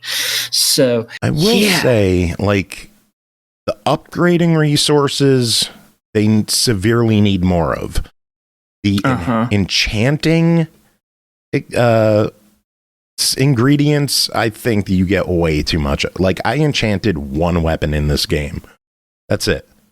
Yeah, I think for enchanting weapons, I think you probably find enough in the game probably to actually enchant all of the special unique items you get in the game. And that does not count, because that is literally what the item type is. Okay, people, doesn't count. I don't see the need for that much enchanting stuff. Like, I've been selling my enchanting ingredients just because I got the sword I like. I've been upgrading it so it's strong. It has the enchanted ability that I want. Power attacks, it does fire damage, which is great. And then when I kill an enemy, it gives me 10% health back. Got the same upgrade too. Why use any other sword in the game at this point? Like, I haven't found anything I would rather use than a fire sword that heals me. Yeah, well, not everyone plays with the sword is one of the reasons. Like, you get a shield and it's a unique type, and you can upgrade it. And no, it doesn't count, because that is the type. It is literally called Still that. the word. I refuse. Nope. Still the word. Nope. Some people use knives, and there's a knife that does it. I assume at some point there's going to be a better sword that does it. I find that hard to believe. But yeah, there's a whole bunch of stuff in this, and I'm I'm a pack rat is my problem. So There's so many treasure chests to find in I love. Oh, there's treasure chests everywhere. Go behind a waterfall, there's a fucking treasure chest. Walk along a cliff, there's a dead body there with some equipment. Go through a cave that you couldn't even see. That was behind some vines. There's another chest with magical equipment in. Like, everywhere you look in this game, there's stuff to loot, and I love it. Yeah, generally you don't really need to buy anything from the store unless they have a special item that you can't find elsewhere. And again, it is the unique class of item. Doesn't count. The only stuff I've bought from stores early on, I bought healing potions. I haven't. I now have 60 of them, so I don't worry about them anymore. I buy lock picks every time I see them, and I buy upgrading definitely equipment. Need to do that. Yep, That's same here. I haven't bought a weapon. I haven't bought armor. I haven't bought a trinket. I haven't bought food. I've bought trinkets just because they're listed as unique, and I want all of those because I want one of everything. I'm getting one of everything in this game and just storing it. I'm not using most of the stuff. I just want it all. Yeah, I'm too anal about keeping everything. Well, you want money in the game, you gotta sell shit. But I don't wanna. Well, then you don't get money. Exactly. See, folks, this is my problem. I don't sell next to anything. Unless it's a duplicate of something I have, I don't sell it, and that is specifically my problem. I would be doing so much better off if I just sold this shit. Nope, not happening. Yeah, you would. When we're talking about money, we should talk about money on this one. It's a $70 game. They have a premium edition that's $89.99 that includes let's see, what did the premium upgrade include? 5 days early access, no big deal. AVOWED digital art book and digital soundtrack, no big deal. And 2 skins for your companions. I would not buy the premium edition for this game. I would just buy the standard. Especially now that the game's out and the 5-day early access doesn't get you anything anymore. Yeah, I never view early access as something worth buying anything for, because realistically that is the release date and everyone else is just getting it later at that point. I don't really find all the extra stuff particularly worth it. I would say get the base game. If you really, really like it and you just want to support the devs, then you can buy the premium upgrade. Because you can buy that separately, if I'm remembering correctly. And it is $24.99 or 10% off with Game Pass, which is nice. So $22.49. The art book is nice to look at. I have looked at it because I do have the premium edition. Soundtrack is okay. I'm not a big music person, so of course it's just okay to me. I do like the outfits, but they're just a cosmetic thing. There's no stat modifications or anything to it. I find them to be visually appealing, but realistically, they're just slight color swaps, so not very important to the game. No. So I would say buy the base game, because I think this game is totally worth buying. I would not buy the premium version unless you really, really like the game and want to buy the upgrade itself. The only way I would buy the premium edition is if you bought it physical, because it comes with a steelbook. It doesn't come with a game. It comes with a code, but you get a steelbook and a map with it. So if... That's so dumb. Well, people own Series S's. Yeah, so but if you're getting a steelbook, you should want a game to go in it. But if you have a Series S, you would have no use for it. Then you've messed up. Fair. That's that. You know, even PlayStation's doing their collector's editions with codes now, because they have so many digital systems out there. I agree. I think a disc would be better. I think the standard edition should include a disc, but the standard edition doesn't even. I don't think there is a standard edition. Well, that might. I don't know if this game got a physical release at all, aside from the collector edition with the code. I don't know. Someone could look it up. I am looking it up right now. It does not have a traditional physical copy available. Only There you go. the premium edition exists. So this looks to be, for the most part, digital only game, $70. Personally, I think it's worth every fucking penny. I have put like 30 hours into this game so far, and I haven't put 30 hours in a game since Cat Quest. I very much agree that it's totally worth it. I've put significantly more than 30 hours into it. And I haven't even uncovered half the map yet. I don't think. The people who said this is a short game are out of their friggin' minds. If you just rush through the story, I could see this being a short game. But if you just rush through the story, you're playing the game wrong. Because you're missing out on 90% of the game. Yeah, and unless you're playing it on easy, you're not even going to be able to just run through the story. Because, like, for instance, on my difficulty, in the second area, unless you've upgraded your weapon to the next tier, because there's 3 levels for each tier, unless you've upgraded it to the second tier, you can't even damage enemies. Wow. Because they're so strong. They literally, you can shoot them with the gun point blank in the face and it does no damage. Fun. So, yeah. I think it's totally worth buying, though. I really like it. And if you like it, buy the premium upgrade if you really want, but don't buy the premium edition. That's a waste of money. Yeah. I say just stick with standard edition, worth every penny. 100%. Absolute buy it, top to bottom. One of my favorite games I've played in a long time. So. And if you do buy it, post pictures of your envoy, especially if it's a girl, because they're so fucking cute. Oh my god! My envoy, I wasn't going to use the soul touch or the god touch elements, the godlike elements. I was like, I'll just hide them. And then I saw the one is just a piece of wood over your face. I'm like, God damn right, I'm doing that one. I kind of wanted that one, but there was 3 of them I wanted, and obviously 2 of them were in the same category, and that was the category. So I picked the other one because I was like, she's too cute. I like to imagine walking into a town like, Envoy, come over here, talk to me, and you're just like, well, I mean, your mouth isn't covered.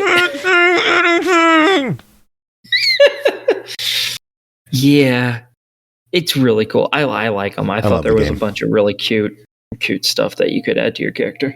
Cool. All right, moving on. Next game, Lost Records, Bloom and Rage, Book 1, Bloom. Developed and published by Don't Nod. Book 1 released February 18th on Series X and S, PS5, PC for $39.99. Book 2 scheduled for an April 15th release. Embark on a new narrative journey by the creators of Life is Strange. Film your summer of 95 and create memories of a lifetime with your new friends. 27 years later, confront the dark secrets that made you all promise never speak again. After that fateful summer. Bri, what is going on in Lost Records, Bloom and Rage? So this game is an amazing narrative adventure featuring the story of 4 women in the present day as they reminisce back to the summer of 95. We play as Swan. She's gotten a text from her old friend Autumn about a mysterious package that's arrived addressed to all 4 of them, collectively referred to as Bloom and Rage. Swan's come in from Canada to Velvet Cove, Michigan on a flight to see these friends, and she remembers very little about the summer of 95. So we do what we can. We reminisce about the past, and eventually all the women show up to see what's inside the box, but we're not going to touch that yet. The story is a journey oozing with nostalgia. I'll get back to that. As the women gather in the bar in 2022, the things around them are there to help them remember the past. You'll get really invested in these characters too, because they are so well written and acted. You'll see their past selves compared to the present and delight when they tell you about their spouses and children. You'll compare that to what we see in the flashbacks of 95 to who they were as young women. And like each of the characters has little quirks that make them so real. Like Nora is super punk and badass, but she's clearly afraid of heights. Autumn is finding the balance between her true self and like fitting in. Kat is a little ball of rage just waiting to explode. And I love the options. Like I got to dress Swan up. I loved her freckles and an accessibly heavier character. And the acne is so very real on all of their faces. Yes, extremely. And I feel it's worth mentioning that this isn't just a story about women. It's an experience about being female. They talk about their periods. Some of the characters are questioning their sexuality. And as a teenage girl, it's like awkward in its very own special way. And it's all told through their eyes and experiences. Like, it's very girl power, and I love it. But just a fair warning to the gamers who are not expecting that. It is very girl power. And I would say, based on my age and interests, this was very relatable narrative, like very relatable. Your mileage may vary. The gameplay is somewhat point and click, but with a 3D exploration. Point and click is also kind of a little joke about some of the amount of video camera shooting we do as Swan. There are hot spots for you to explore and interact with the world around you. In the present, you reminisce. In the past, you learn about the surroundings and record stuff. So there's like categories of things you can record, like bugs, toys, birds, hunting items, etc. And then there are memoirs that are required to pass the scene, like a bunch of footage on a hike for a music video involving some crazy air guitar. And you can watch your videos and sort of edit them. And when the game shows your music video, it's actually based on clips you filmed, not just what the game decided it wanted to show you, which was really cool. I could tell that they were clips that I made because I remember like they put in this one clip of a bird that I like super zoomed in on because I was like, oh crap, it's a bird. I need that for this other category. And it ended up in the music video with the awful zoom that I did, which was great. There's even a few puzzles to solve in the game. Like you get locked in a cabin and you've got to figure your way out. So some light puzzle elements. The flipping between first-person video camera and the third-person Swan is seamless, which is great because you should be doing that a lot if you want all the collectibles in the form of video clips. The visuals are stunning. There are these gorgeous scenes where you can just like sit on a rock or a rooftop and enjoy the tunes and the scenery. And there are these other scenes where the girls are together and you've just got this ethereal music in the background. It has a great soundtrack. Not a lot of bangers per se, but like good. They called it Dream Pop that was crafted for the game. I think Dream Pop is a fabulous word for it. And the town that they're in has this kind of like Twin Peaksy vibe. One of the locals at the bar that you're all meeting up at asks you if any of you girls saw anything strange back when, and I just totally dodged the question because obviously that's what we're here for. And as you're remembering things, they get all like Stranger Things meets Blair Witch. And the girls get lost after trying to film in the woods, and they come across something supernatural, and I'm not going to spoil the story because all the minutia of this game builds on the experience, and I don't want to ruin that for anyone.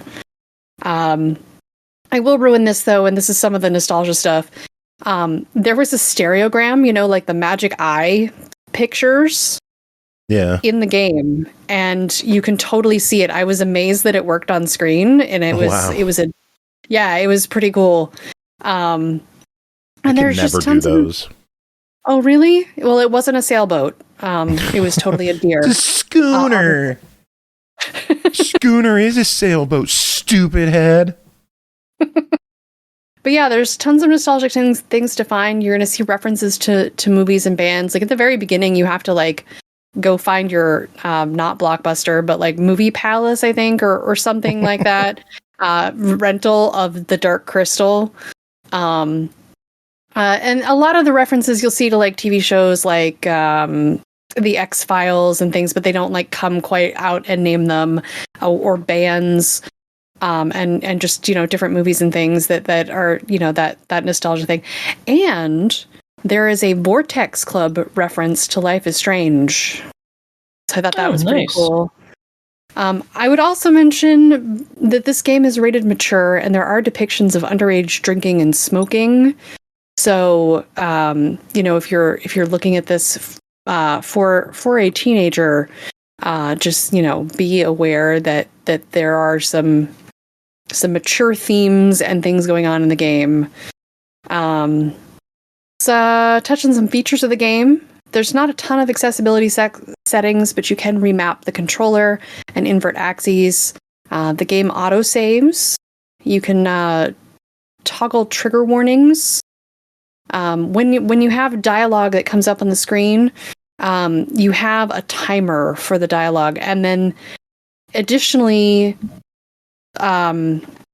like you may have to wait longer or look around at things to see things to have other options in your dialogue. So it's a very interesting dynamic system of like how you can respond. You'll see on the screen like a little lock and a blocked out option, and to look around and see if you can see something real quick during the countdown to get like maybe a better response to the conversation. Staying silent is an option. And all your choices may have consequences. You can restart a checkpoint or replay a scene if you feel like you just want to make some better choices. And since your choices can be rushed to respond or you need to highlight on these hotspots, you may just want to do that. But also, you can completely miss scenes. Oh, yes. As well throughout this game. Yeah. Yeah. But this game is fabulous. I can't wait until April 15th when Tape 2 comes out and I can finish the story. Perhaps we'll readdress the game then. Cool. Well, as it stands... I would say yeah? Go ahead. Oh, go ahead. Oh, you go ahead. I was just going to say the juxtaposition between the present and the past was a great way to tell a story and build characters in a believable world. The fact that there is something spooky going on, to me, was just a bonus to this well-crafted narrative adventure. Like, I just wanted to know more about the characters, and there is replayability to the game because there are so many things to explore, and I ended up watching someone else's stream of the game and saw a scene that I totally missed. So, and there are missable achievements too. So you really want to take your time and find all the little nuance to this game. I will definitely be replaying this leading up to Tape 2. Very cool. Well, it stands at $40. That includes both tapes, I believe. What are your thoughts on Lost Records? Please play this game. I could hardly put it down. Like, it's a buy it for me. I think the price is right. I think it's a great story, and it's just such a relatable narrative if you were ever a teenager. It's so good. I don't know what else to say. Just buy it, right? Yeah, buy it. All right, next up is ULTROS, developed by Hadoque, published by Kepler Interactive, released February 13th on Series X and S and Switch for $24.99. You wake up stranded after seemingly crashing your ship on the Sarcophagus, a giant space-drifting cosmic uterus holding an ancient demonic being known as ULTROS. Trapped in the eternal loop of a black hole, you'll have to explore the sarcophagus and meet its inhabitants to understand the part you play. Are you the gruesome breaker of this cycle, or can you become a link from destruction to rebirth? Jacob, what is ULTROS? So ULTROS is this insanely psychedelic Metroidvania, and you play this astronaut that just like landed on the sarcophagus, and you don't know what it is. It's like, yeah, you don't know what the hell you're landing on it, and of course, like, you're running around in this already an alien landscape, but because of the psychedelic art behind it, it's even alien for us, if that makes sense. You're alien. Yeah, I mean, that's true. That's true. But so like to give you an idea of like what kind of visuals I'm talking about, like if you've ever seen the Beatles' Yellow Submarine, most of the animation style for that, a lot, like I've also seen like old Pepsi and Coke ads that were done in that kind of style. It was pop art for the time, but it's very much in that kind of vein. And yeah, it's just you're running around, like sometimes you're talking to different characters and getting more of the story, which it's confusing to me, but you know, I hopefully at some point it will start making sense. but as I said, you run into different characters. There's all sorts of beasts that you have to destroy, and places to discover, because like any Metroidvania, like, you know, some walls are destructible and like they'll lead you down different paths, all that kind of stuff. And what I really enjoyed about this is that under the accessibility stuff, you can actually mess with the controls. So, you know, if you suck at these kind of games, or your response time is not always the best, you can actually get through the whole game with, you know, none of your health being taken away. I'm not sure if it affects achievements. I either suck really bad at this game, or like even with the assists on, or using the assists gets rid of the achievements. I don't know which. But yeah, it's just like a lot of like, like, you know, standard Metroidvania action, especially like with leveling, like, you know, skill trees and leveling up, with powers, or planning these different seeds, which will give you items for you to collect and use for other seeds that you plant throughout the area.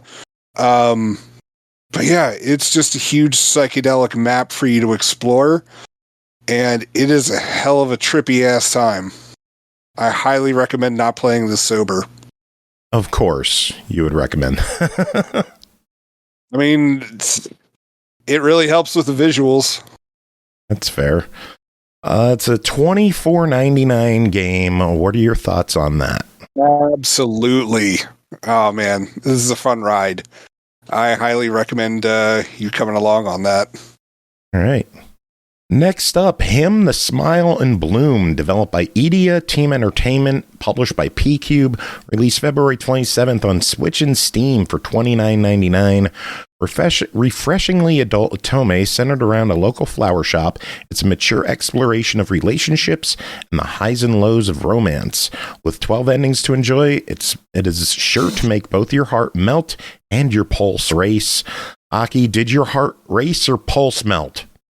No, but that's not really shocking considering it's an otome. That and you're dead inside. Well, there's that too. That helps. Itty bitty black heart and a pitch black soul. It works. There's an oddity with this visual novel.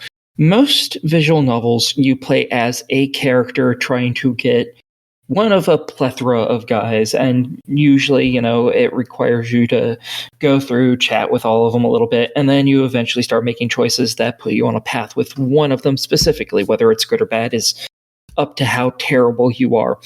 In this game, though, each one of the guys has a completely different love interest.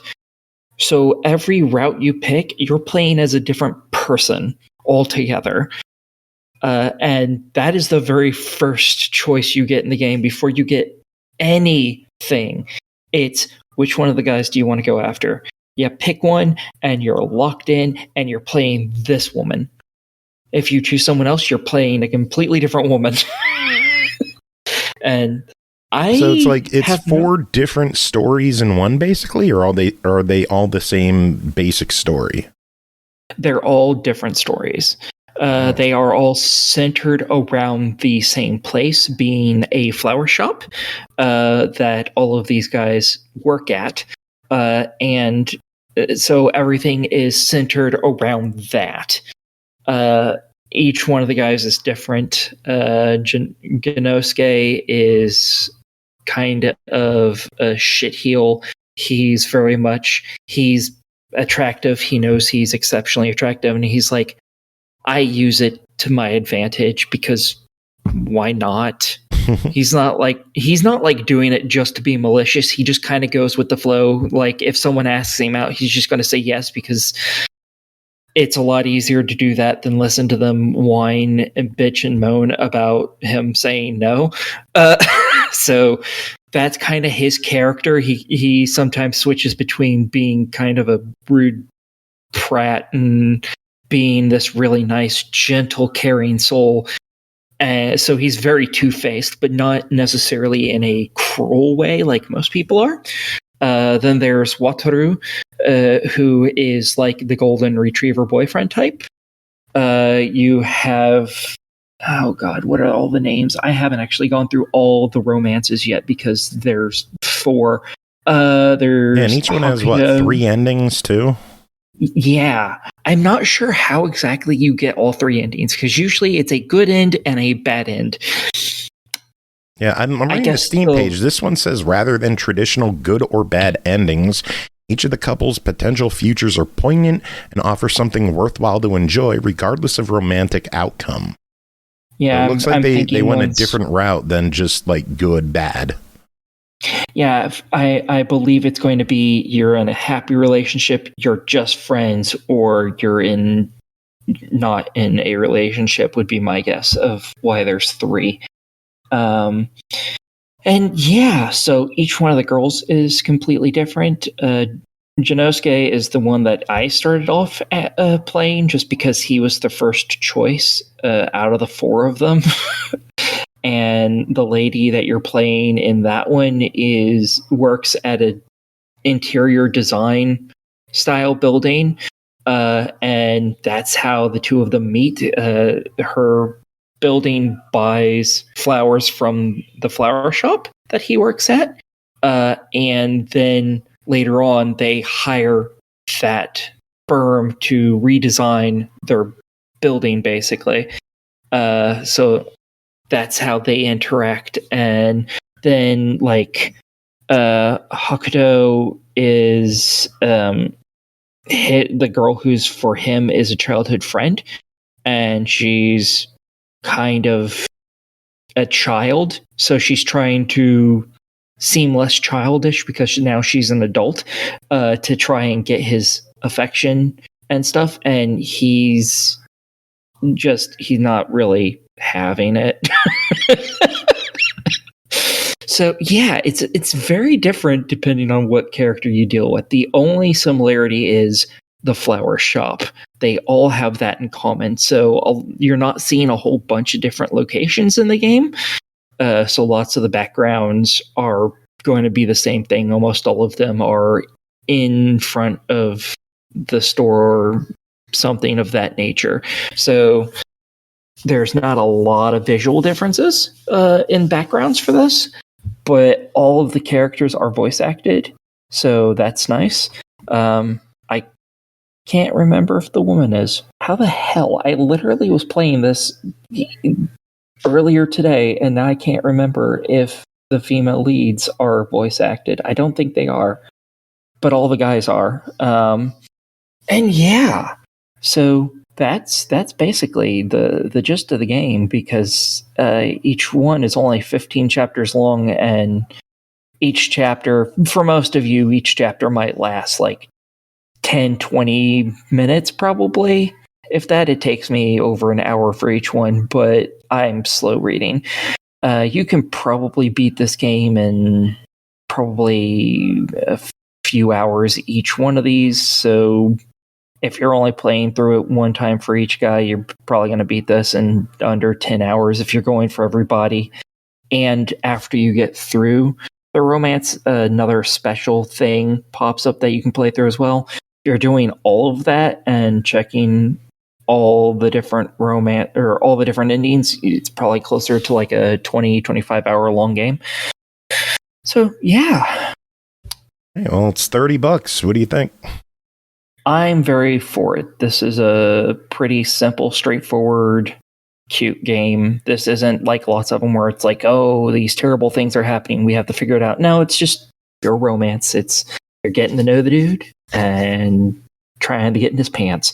It's very simple, straightforward, very nice. I am totally for it. I think this is something lots of visual novel Otome fans can get behind. Cool. Get behind. What are you getting behind? As in anal. I'm very witty. Next game to talk about. I hate you.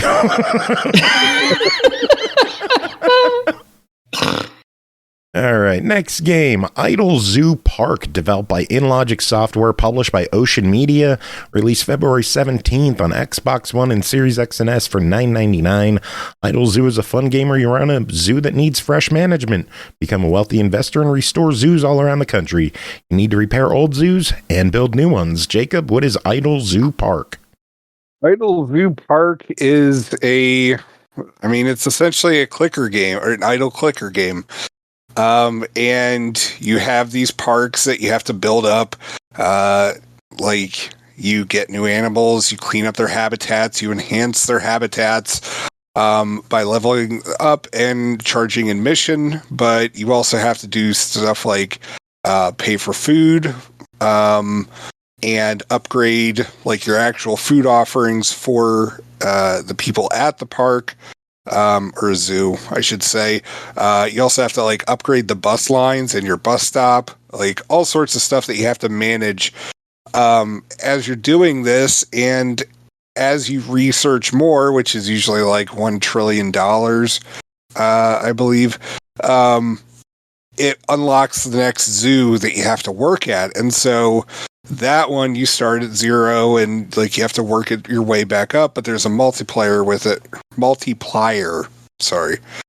Not a multiplier. You're a multiplayer.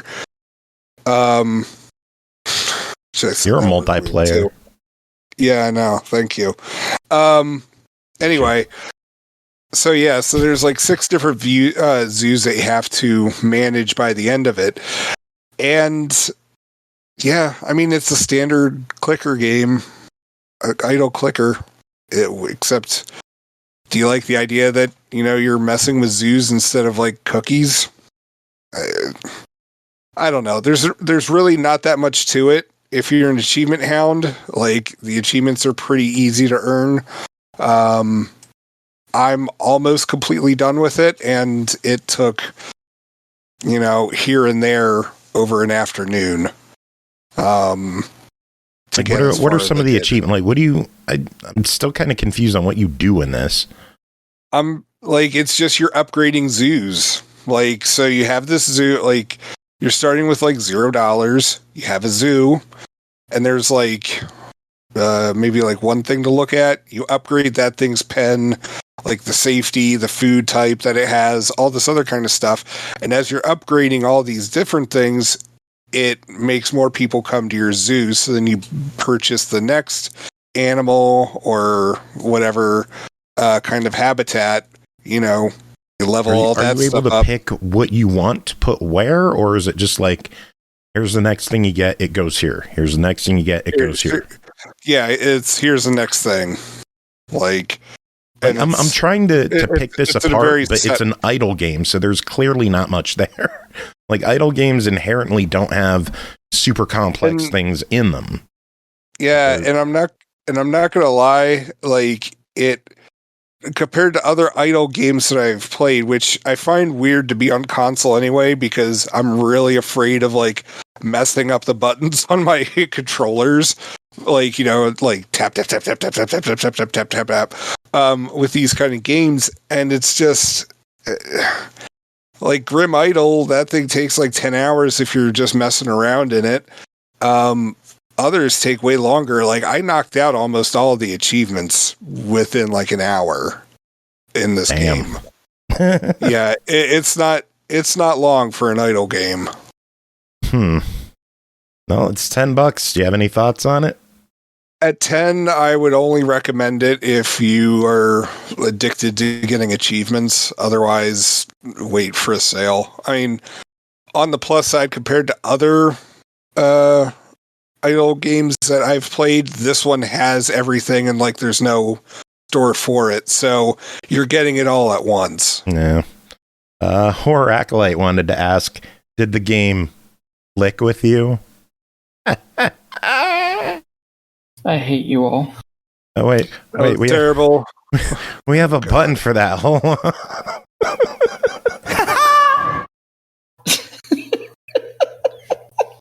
Anyway, no, I wasn't that big of a fan of it, but I'm also like, I don't mind clicker games on PC. I really don't like the idea of using my console controller for a clicker game.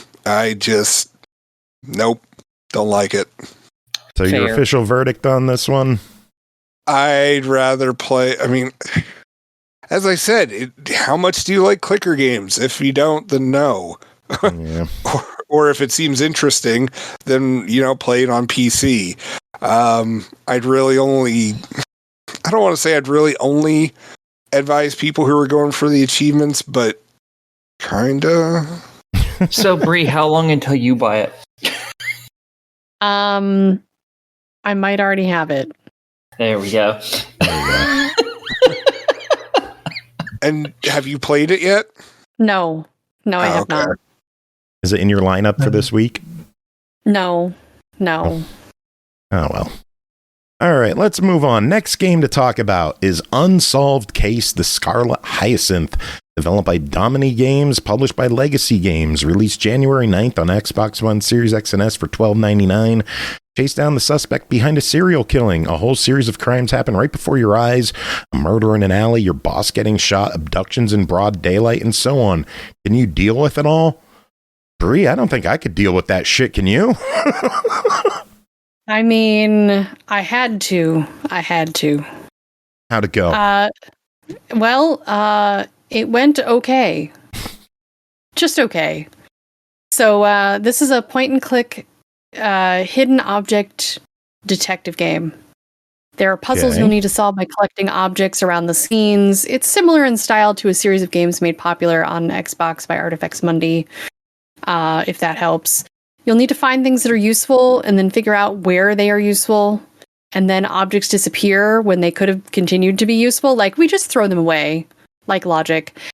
You might need like a feather fan to brush away some broken pottery, to pick up a key that you could have totally done with your bare hands. But whatever. To me, that's some of the fun of the games, is making fun of how things happen. There are 4 difficulty modes. Casual, advanced, hardcore, where you don't get hotspots or skips, and hit buttons are disabled. And then you can get a custom mode where you can put like different options to make it to your preference. When you get into the formal puzzles, there are 2 difficulties, easy and hard, that have different solutions. And if you're struggling with a hidden object scene, you can switch to a match 3 game to get through it. There's also dialogue choices that can affect the outcome of the game. But they're pretty, to me, obvious. Like, hey, what should we do about this? And you're like, oh, nothing, or I got nothing, is obviously not going to lead you to the conclusion you want. Or like, instead, if you're like, oh yes, I would totally love if you could open that door so I could see more. Like, that's clearly the right dialogue choice. So that was pretty easy, but you can shut down your game and make it harder on yourself by choosing the wrong dialogue option. There's an extra section with concept art and the ability to replay music, mini games, etc. You can check out the collectibles, and there's also a bonus chapter to play from here. The story is that someone has died. The police chief wants us on the case because there's something strange about this unique flower found in the victim's hand that relates to an old case. 15 years ago, there was a serial killer that would leave the flower as his calling card, and they thought that they caught him. But our victim's wife owns a flower shop. We go to meet her and find out that the place has been broken into, something suspicious. We survey a whole bunch of locations, scouting for clues, until we find the real murderer and uncover the bigger mystery. The story was decent. This is like the 9th game in a series following this detective. The series is being released on Xbox as collector's editions that have multiple games as chaptered stories that make sense surrounding the bigger mystery of a crime. So this game is like 9 through 11, told in the 3 chapters. So if you want the complete story, I believe all the other chapters are out now in collector's editions. It's like the murderous script, killer popularity, and above the law. But this is actually the final set in that series of games. So there are also collectibles you can pick up in different places, like pills and photographs. Why pills? I kind of know, but I don't want to ruin it. So Yeah, this is not one of my favorites in the genre. It has off-numbered achievements, 27s to be precise. Oh. Yeah. I had just fixed my gamer score in anticipation of hitting the 3 million soon. Like literally the night before, I was like, oh yeah, I went back to Brotato and I fixed my gamer score.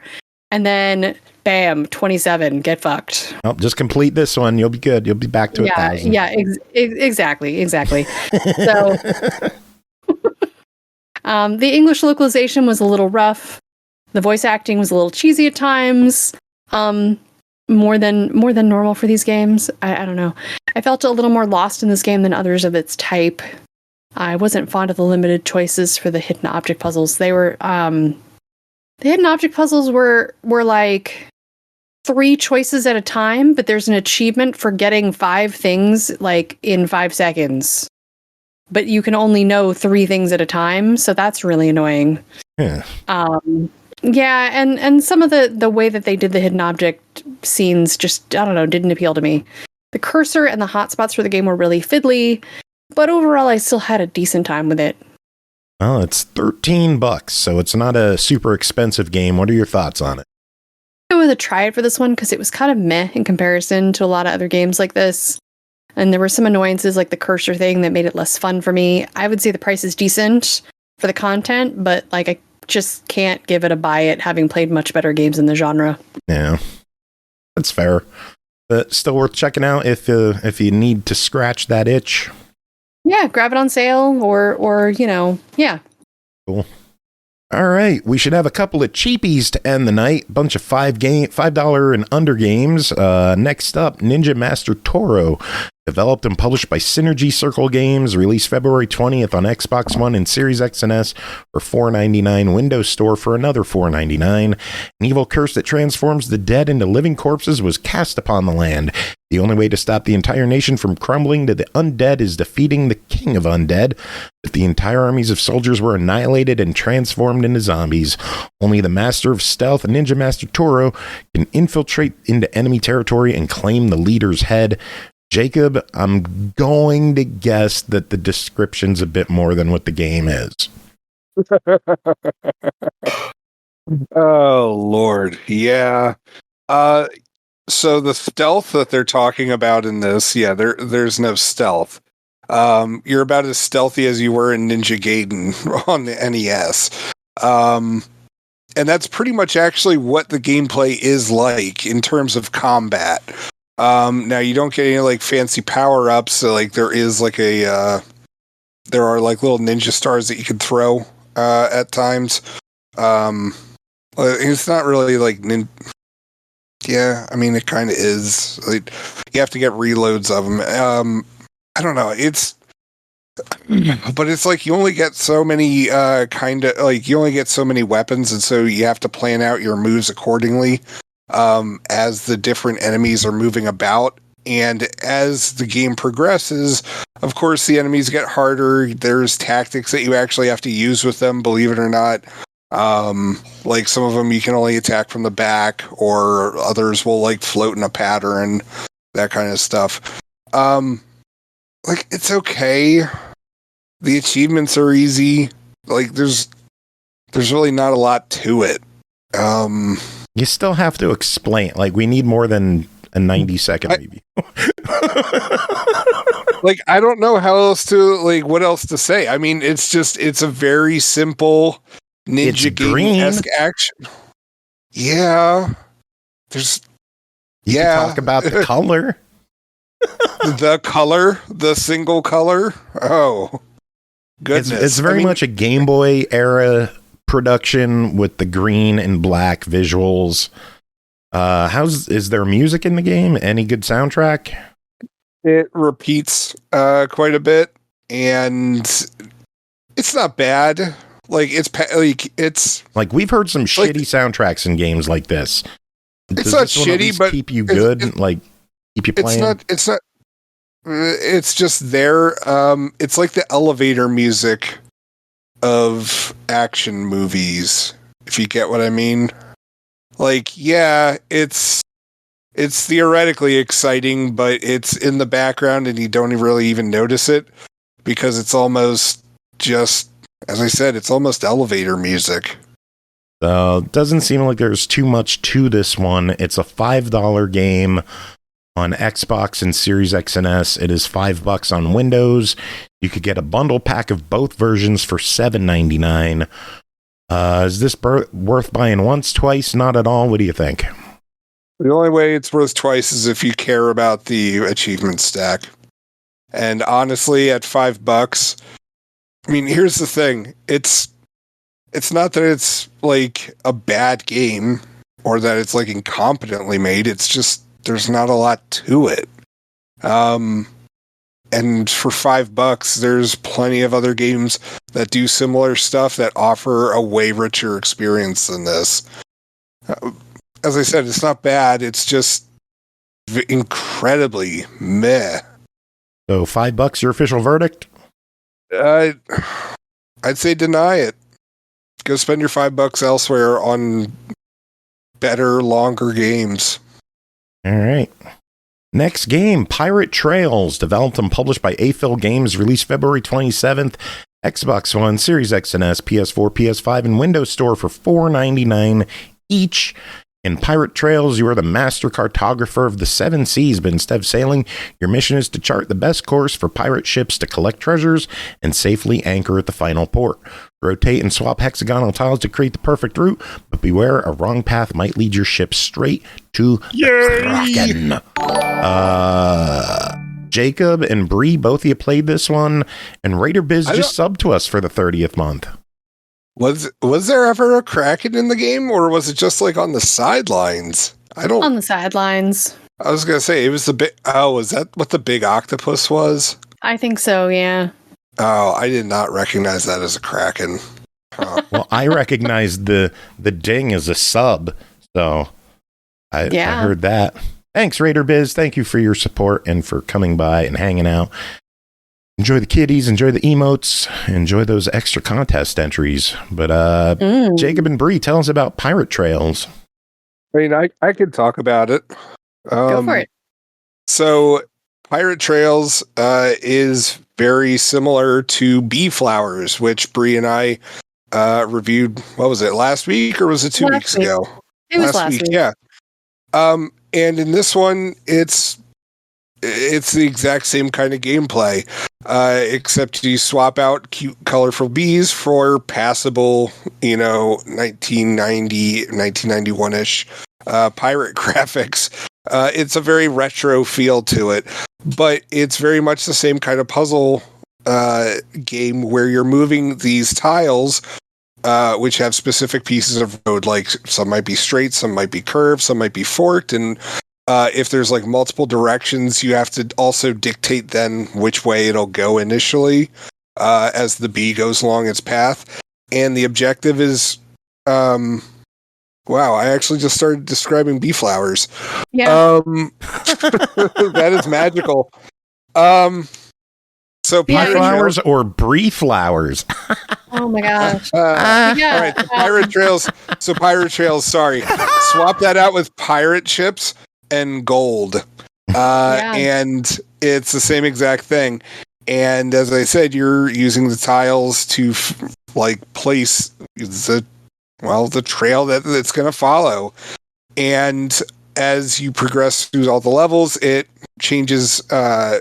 It changes from one ship during the puzzle to two, and then you have to start planning on avoiding collisions, which is interesting. And of course, I did one on purpose just for shits and giggles. Of course, and an achievement.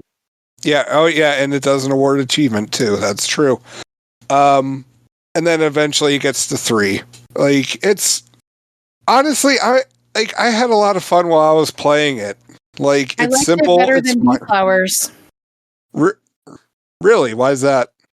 I don't know how to explain it. I guess I already knew how to play it, and I liked the pirate theme, but just something about the ships and trying to get to the treasure chests. Just I don't know. There was something about it that was more refined and even easier. And because I already knew the shtick. I was going to say I enjoyed it. I didn't have as much of an issue with the forked roads and figuring out how to make it all happen. That I find I still struggle with in Bee Flowers. I think Pirate Trails is a far more straightforward one, and I do appreciate it for what it is. Yeah. Cool. Well, let's talk price on this one. It's AFIL, so they're doing separate stacks. It's $5 each platform, or you could get a bundle of the Xbox One and Series version for $6.99, or a bundle of all three of them for $8.89. What are your thoughts on Pirate Trails? I would say buy it. Okay. So again, for me, it depends on do you care about the stacks? If you don't, then just buy one version of it. But it's a definite buy. Yeah. I mean, the stacks are nice if you like the achievements. But, replaying. I appreciate AFIL's price on it, where it's less to buy the 3-pack than to just buy 2 separate ones. I like that. That is a very good move on AFIL's part. Yeah, definitely. Agreed. Cool. What's a pirate's favorite letter? R. You'd think so, but his heart lies with the C. Oh, damn. You got me on that one. Yeah, next up, Hidden Paws, developed by Manic, published by Silesia Games, released February 26th on Xbox One, Series X and S, and Windows Store for $3.99. Open cars and boxes, rummage through piles of wood, search the forest. Cats are well hidden, but they meow when you get near. So listen closely, you might just be able to find them all. Bri, did you find them all? I did. All right, $4. What do you think? But yeah, so this is a 3D hidden cat game. Is similar to Hidden Paws Mystery, which I reviewed a couple months ago. Was back in October, I think. The game starts you out with no real tutorial. It eventually shows you 2 tips for button presses. The controls are a little odd, but you get used to them. You have to hold left trigger and right stick to rotate. The bumpers zoom. Pretty easy to navigate once you get the gist of it. But yeah, you need to find cats and yarn to complete all the levels. And as you progress through the game, the islands get bigger and things are hidden in a sneakier manner. You may have to open doors, window shutters, boxes, crates to find all the hidden things. There are hints to find the cats in the yarn. A little thought bubble will pop up in this one and give you a picture of kind of where to look. Like it might show you the picture of rocks, and at least you know to be looking for rocks. And then, of course, the cats meow when you're near. This game is all snow themed with lovely, gentle falling snow effect and chill music to find cats too. You'll need to find white cats in the snow, tuxedo cats amongst penguins. When you find and click on the cats, little hearts appear, so you'll know that they're already collected. Oh. Yeah. And when you collect the yarn, it disappears, so you're just not fussed with it anymore. There are other little things to interact with too. I found a penguin with a top hat. You can flip his hat off, and then like the snowmen have like their hats you can flip off later. The final 4 levels are all Christmas themed, and they have no hints, which I thought was a little odd, but it was a nice challenge.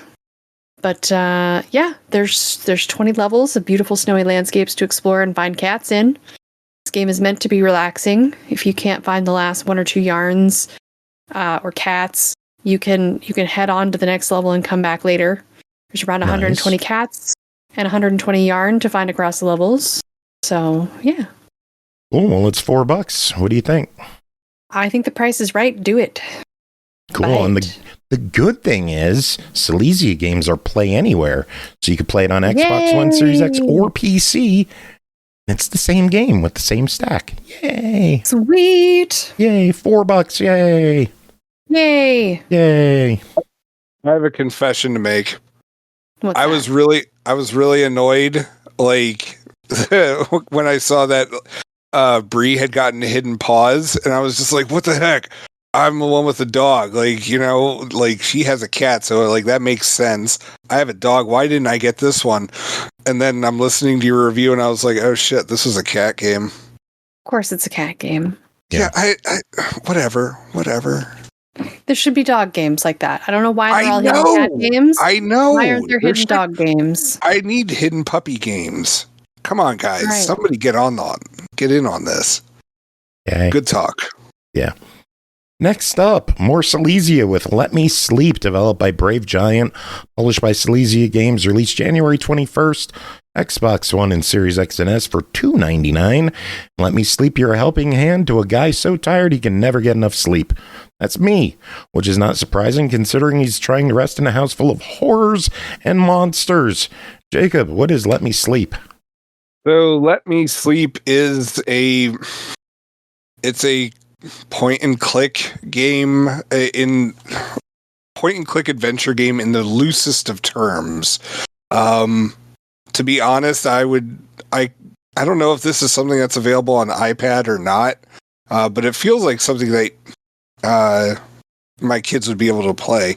But anyways, so you're presented with this room that this guy who lives in a haunted house, like it's his bedroom, and it's just full of standard stuff at the beginning. So, bed, nightstand, window, all that kind of stuff. And to get you into understanding what you're supposed to do, you just have to click all around the room and see like what pieces of furniture, things in the background. Sometimes there'll be like these little bats that fly down and you have to click on them. Otherwise, like it takes away 5 seconds from your total time available. And yeah, you just have to figure out what all you have to fix in the room to make it so this guy can go to sleep. And otherwise you'll fail and then he won't get his sleep, obviously. And it starts off pretty simply. But I'm not going to lie, like, the puzzles were getting increasingly complex, and I was surprised with their complexity, which doesn't really help with seeing as I just used that word twice. But they got more difficult and interesting as they got on. And so, for instance, the first one that I really enjoyed with it, because honestly, I had kind of tossed this one aside up until this one puzzle I'm about to describe, but you have to turn off the water in the sink because otherwise he's not going to be able to sleep. And I guess it's a haunted sink. I don't know, man. Anyway, so you have to get a wrench out of the toolbox. Well, the thing is, the toolbox has a lock on it, and you have to figure out where all the gears are to make it so you can turn the locks on it. But then you also need to figure out the code on the locks, and you have to use details in the background to figure that kind of stuff out. And for such a simple game, it actually became kind of fun once you accept the absurd premise to it. I don't really remember anything about the music. Like, the art style was meh, but I like the art. It looks cute. I was having fun with it. Like, in the end, how many? Like, it's slow to start. I believe it's 50. I haven't made it that far yet. There's a lot to it. Because I see a level 53 on the store page. But I don't know how high it goes. I haven't made it that in far the screenshots. Yet. But yeah. It's $3. Is it worth it? For $3, yeah, I'd say it. Yeah, go for it. Cool. Any other thoughts? No, really. My throat's sore because of this sinus thing. So all the dick you've been sucking. I need something to coat my throat. You're just tired of them like making you gag, right? Like Fort. One final game to talk about tonight is called Build Lands, developed by Yaw Studios, published by Silesia Games. Released February 18th on Xbox One, Series X and S for $3.99. There's nothing quite like a bit of creative, relaxing fun in the form of block building. Reconstruct 3 sets of islands in the Build Lands mode, or build and share your own ones in the land editor. Bri, what is Build Lands? So yeah, this game is meant to be a relaxing build experience. I wasn't entirely sure what I was getting myself into when I grabbed it. I think I was hoping it would be something like a block version of Cloud Gardens, and it wasn't. In Build Lands mode, you can choose from 3 different kinds of building sets. Cute lands, like plants and beaches, lava lands, and then village lands, like a little medieval village. And then like those each have like so many levels in all of them, but you can play them in whatever order you want technically, starting at the beginning. But they get more complicated. So you get a picture in the beginning of the level of what you're supposed to be building layer by layer, and you just build to match. It's relaxing, but maybe I found it a little boring because it lacked a creative element. You have tools to paint with different kinds of blocks. You can fill an entire area. You can erase. You can level an entire area. You place your blocks in layers, but you can't move to the next higher layer until you finish the first, and sometimes that gets confusing. Each of the build set has a number of levels that get increasingly more complicated. You can flip through the layers and kind of see an outline of what each layer is supposed to be, but some of this is almost a memory game. You get little red exclamation marks that'll pop up if you have a block placement wrong. But yeah, I mean, you might have, in earlier levels, you might only have like 3 or 4 layers to do, and you make a pretty beach. And then like later levels in the medieval village, the village lands, you have like a whole castle to build, and it's like... Hello? Did my audio die? No, she definitely just cut out. Yeah. Bri? I wonder if her headset died. Good night, everybody. All right, we lost Bri. Did anyone else play this game? What game? Oh, Build Lands. Well, if you give me a review code real quick, I can fire it up. You said in chat. There you go. What? Okay. Yeah, I have no idea what happened. I was still talking. And yeah, the only thing I could say is maybe my internet like petered out or something. Maybe. You never disconnected though, so. Yeah, that's weird. I'm not editing shit. This is all staying. All right. So yeah, I was saying you have a land editor. If you just want to be completely creative, you can make up to 10 saved creations. You can share them for others to see. You can get all the possible blocks that they have to build temples and watery islands full of plants and flowing lava and whatever you want. But you have limited sizes, like 8x8 up to 20x20 to work with, and like they think the highest they get is like 10 layers tall. But because you can only see the transparent overlay of the layers of this game, like it's a lot of trial and error to get the layers right, which I found frustrating at later levels when the designs get more complex. I had an okay time with it. It's going to be more for some people. It was just maybe not for me. Yeah. I mean, it doesn't look too bad. It's $4. Is it cheap enough to say fuck it, why not? Yeah, I could put this at a fuck it, why not? Absolutely. I mean, I enjoyed it.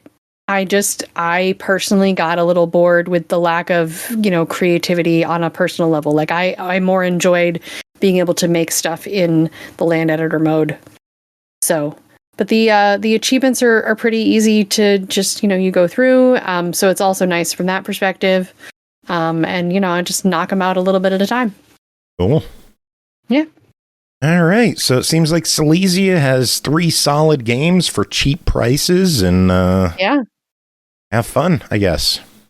3 games for under $10 you could get, pretty much. No, yeah. $12. I can't math in my head.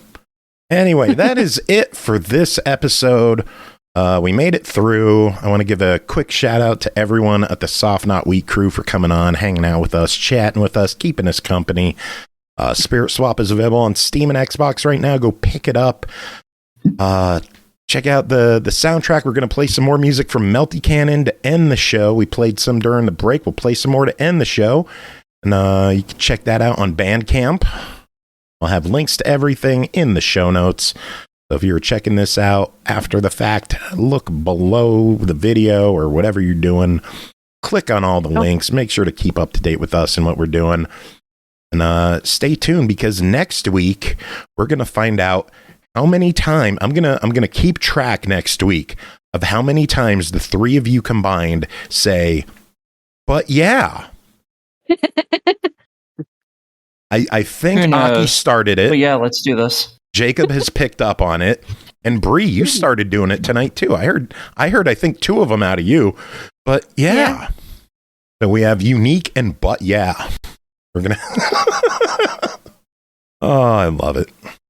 Mm-hmm. Yeah, I just want you to know, next week I'm probably going to switch it up to, like.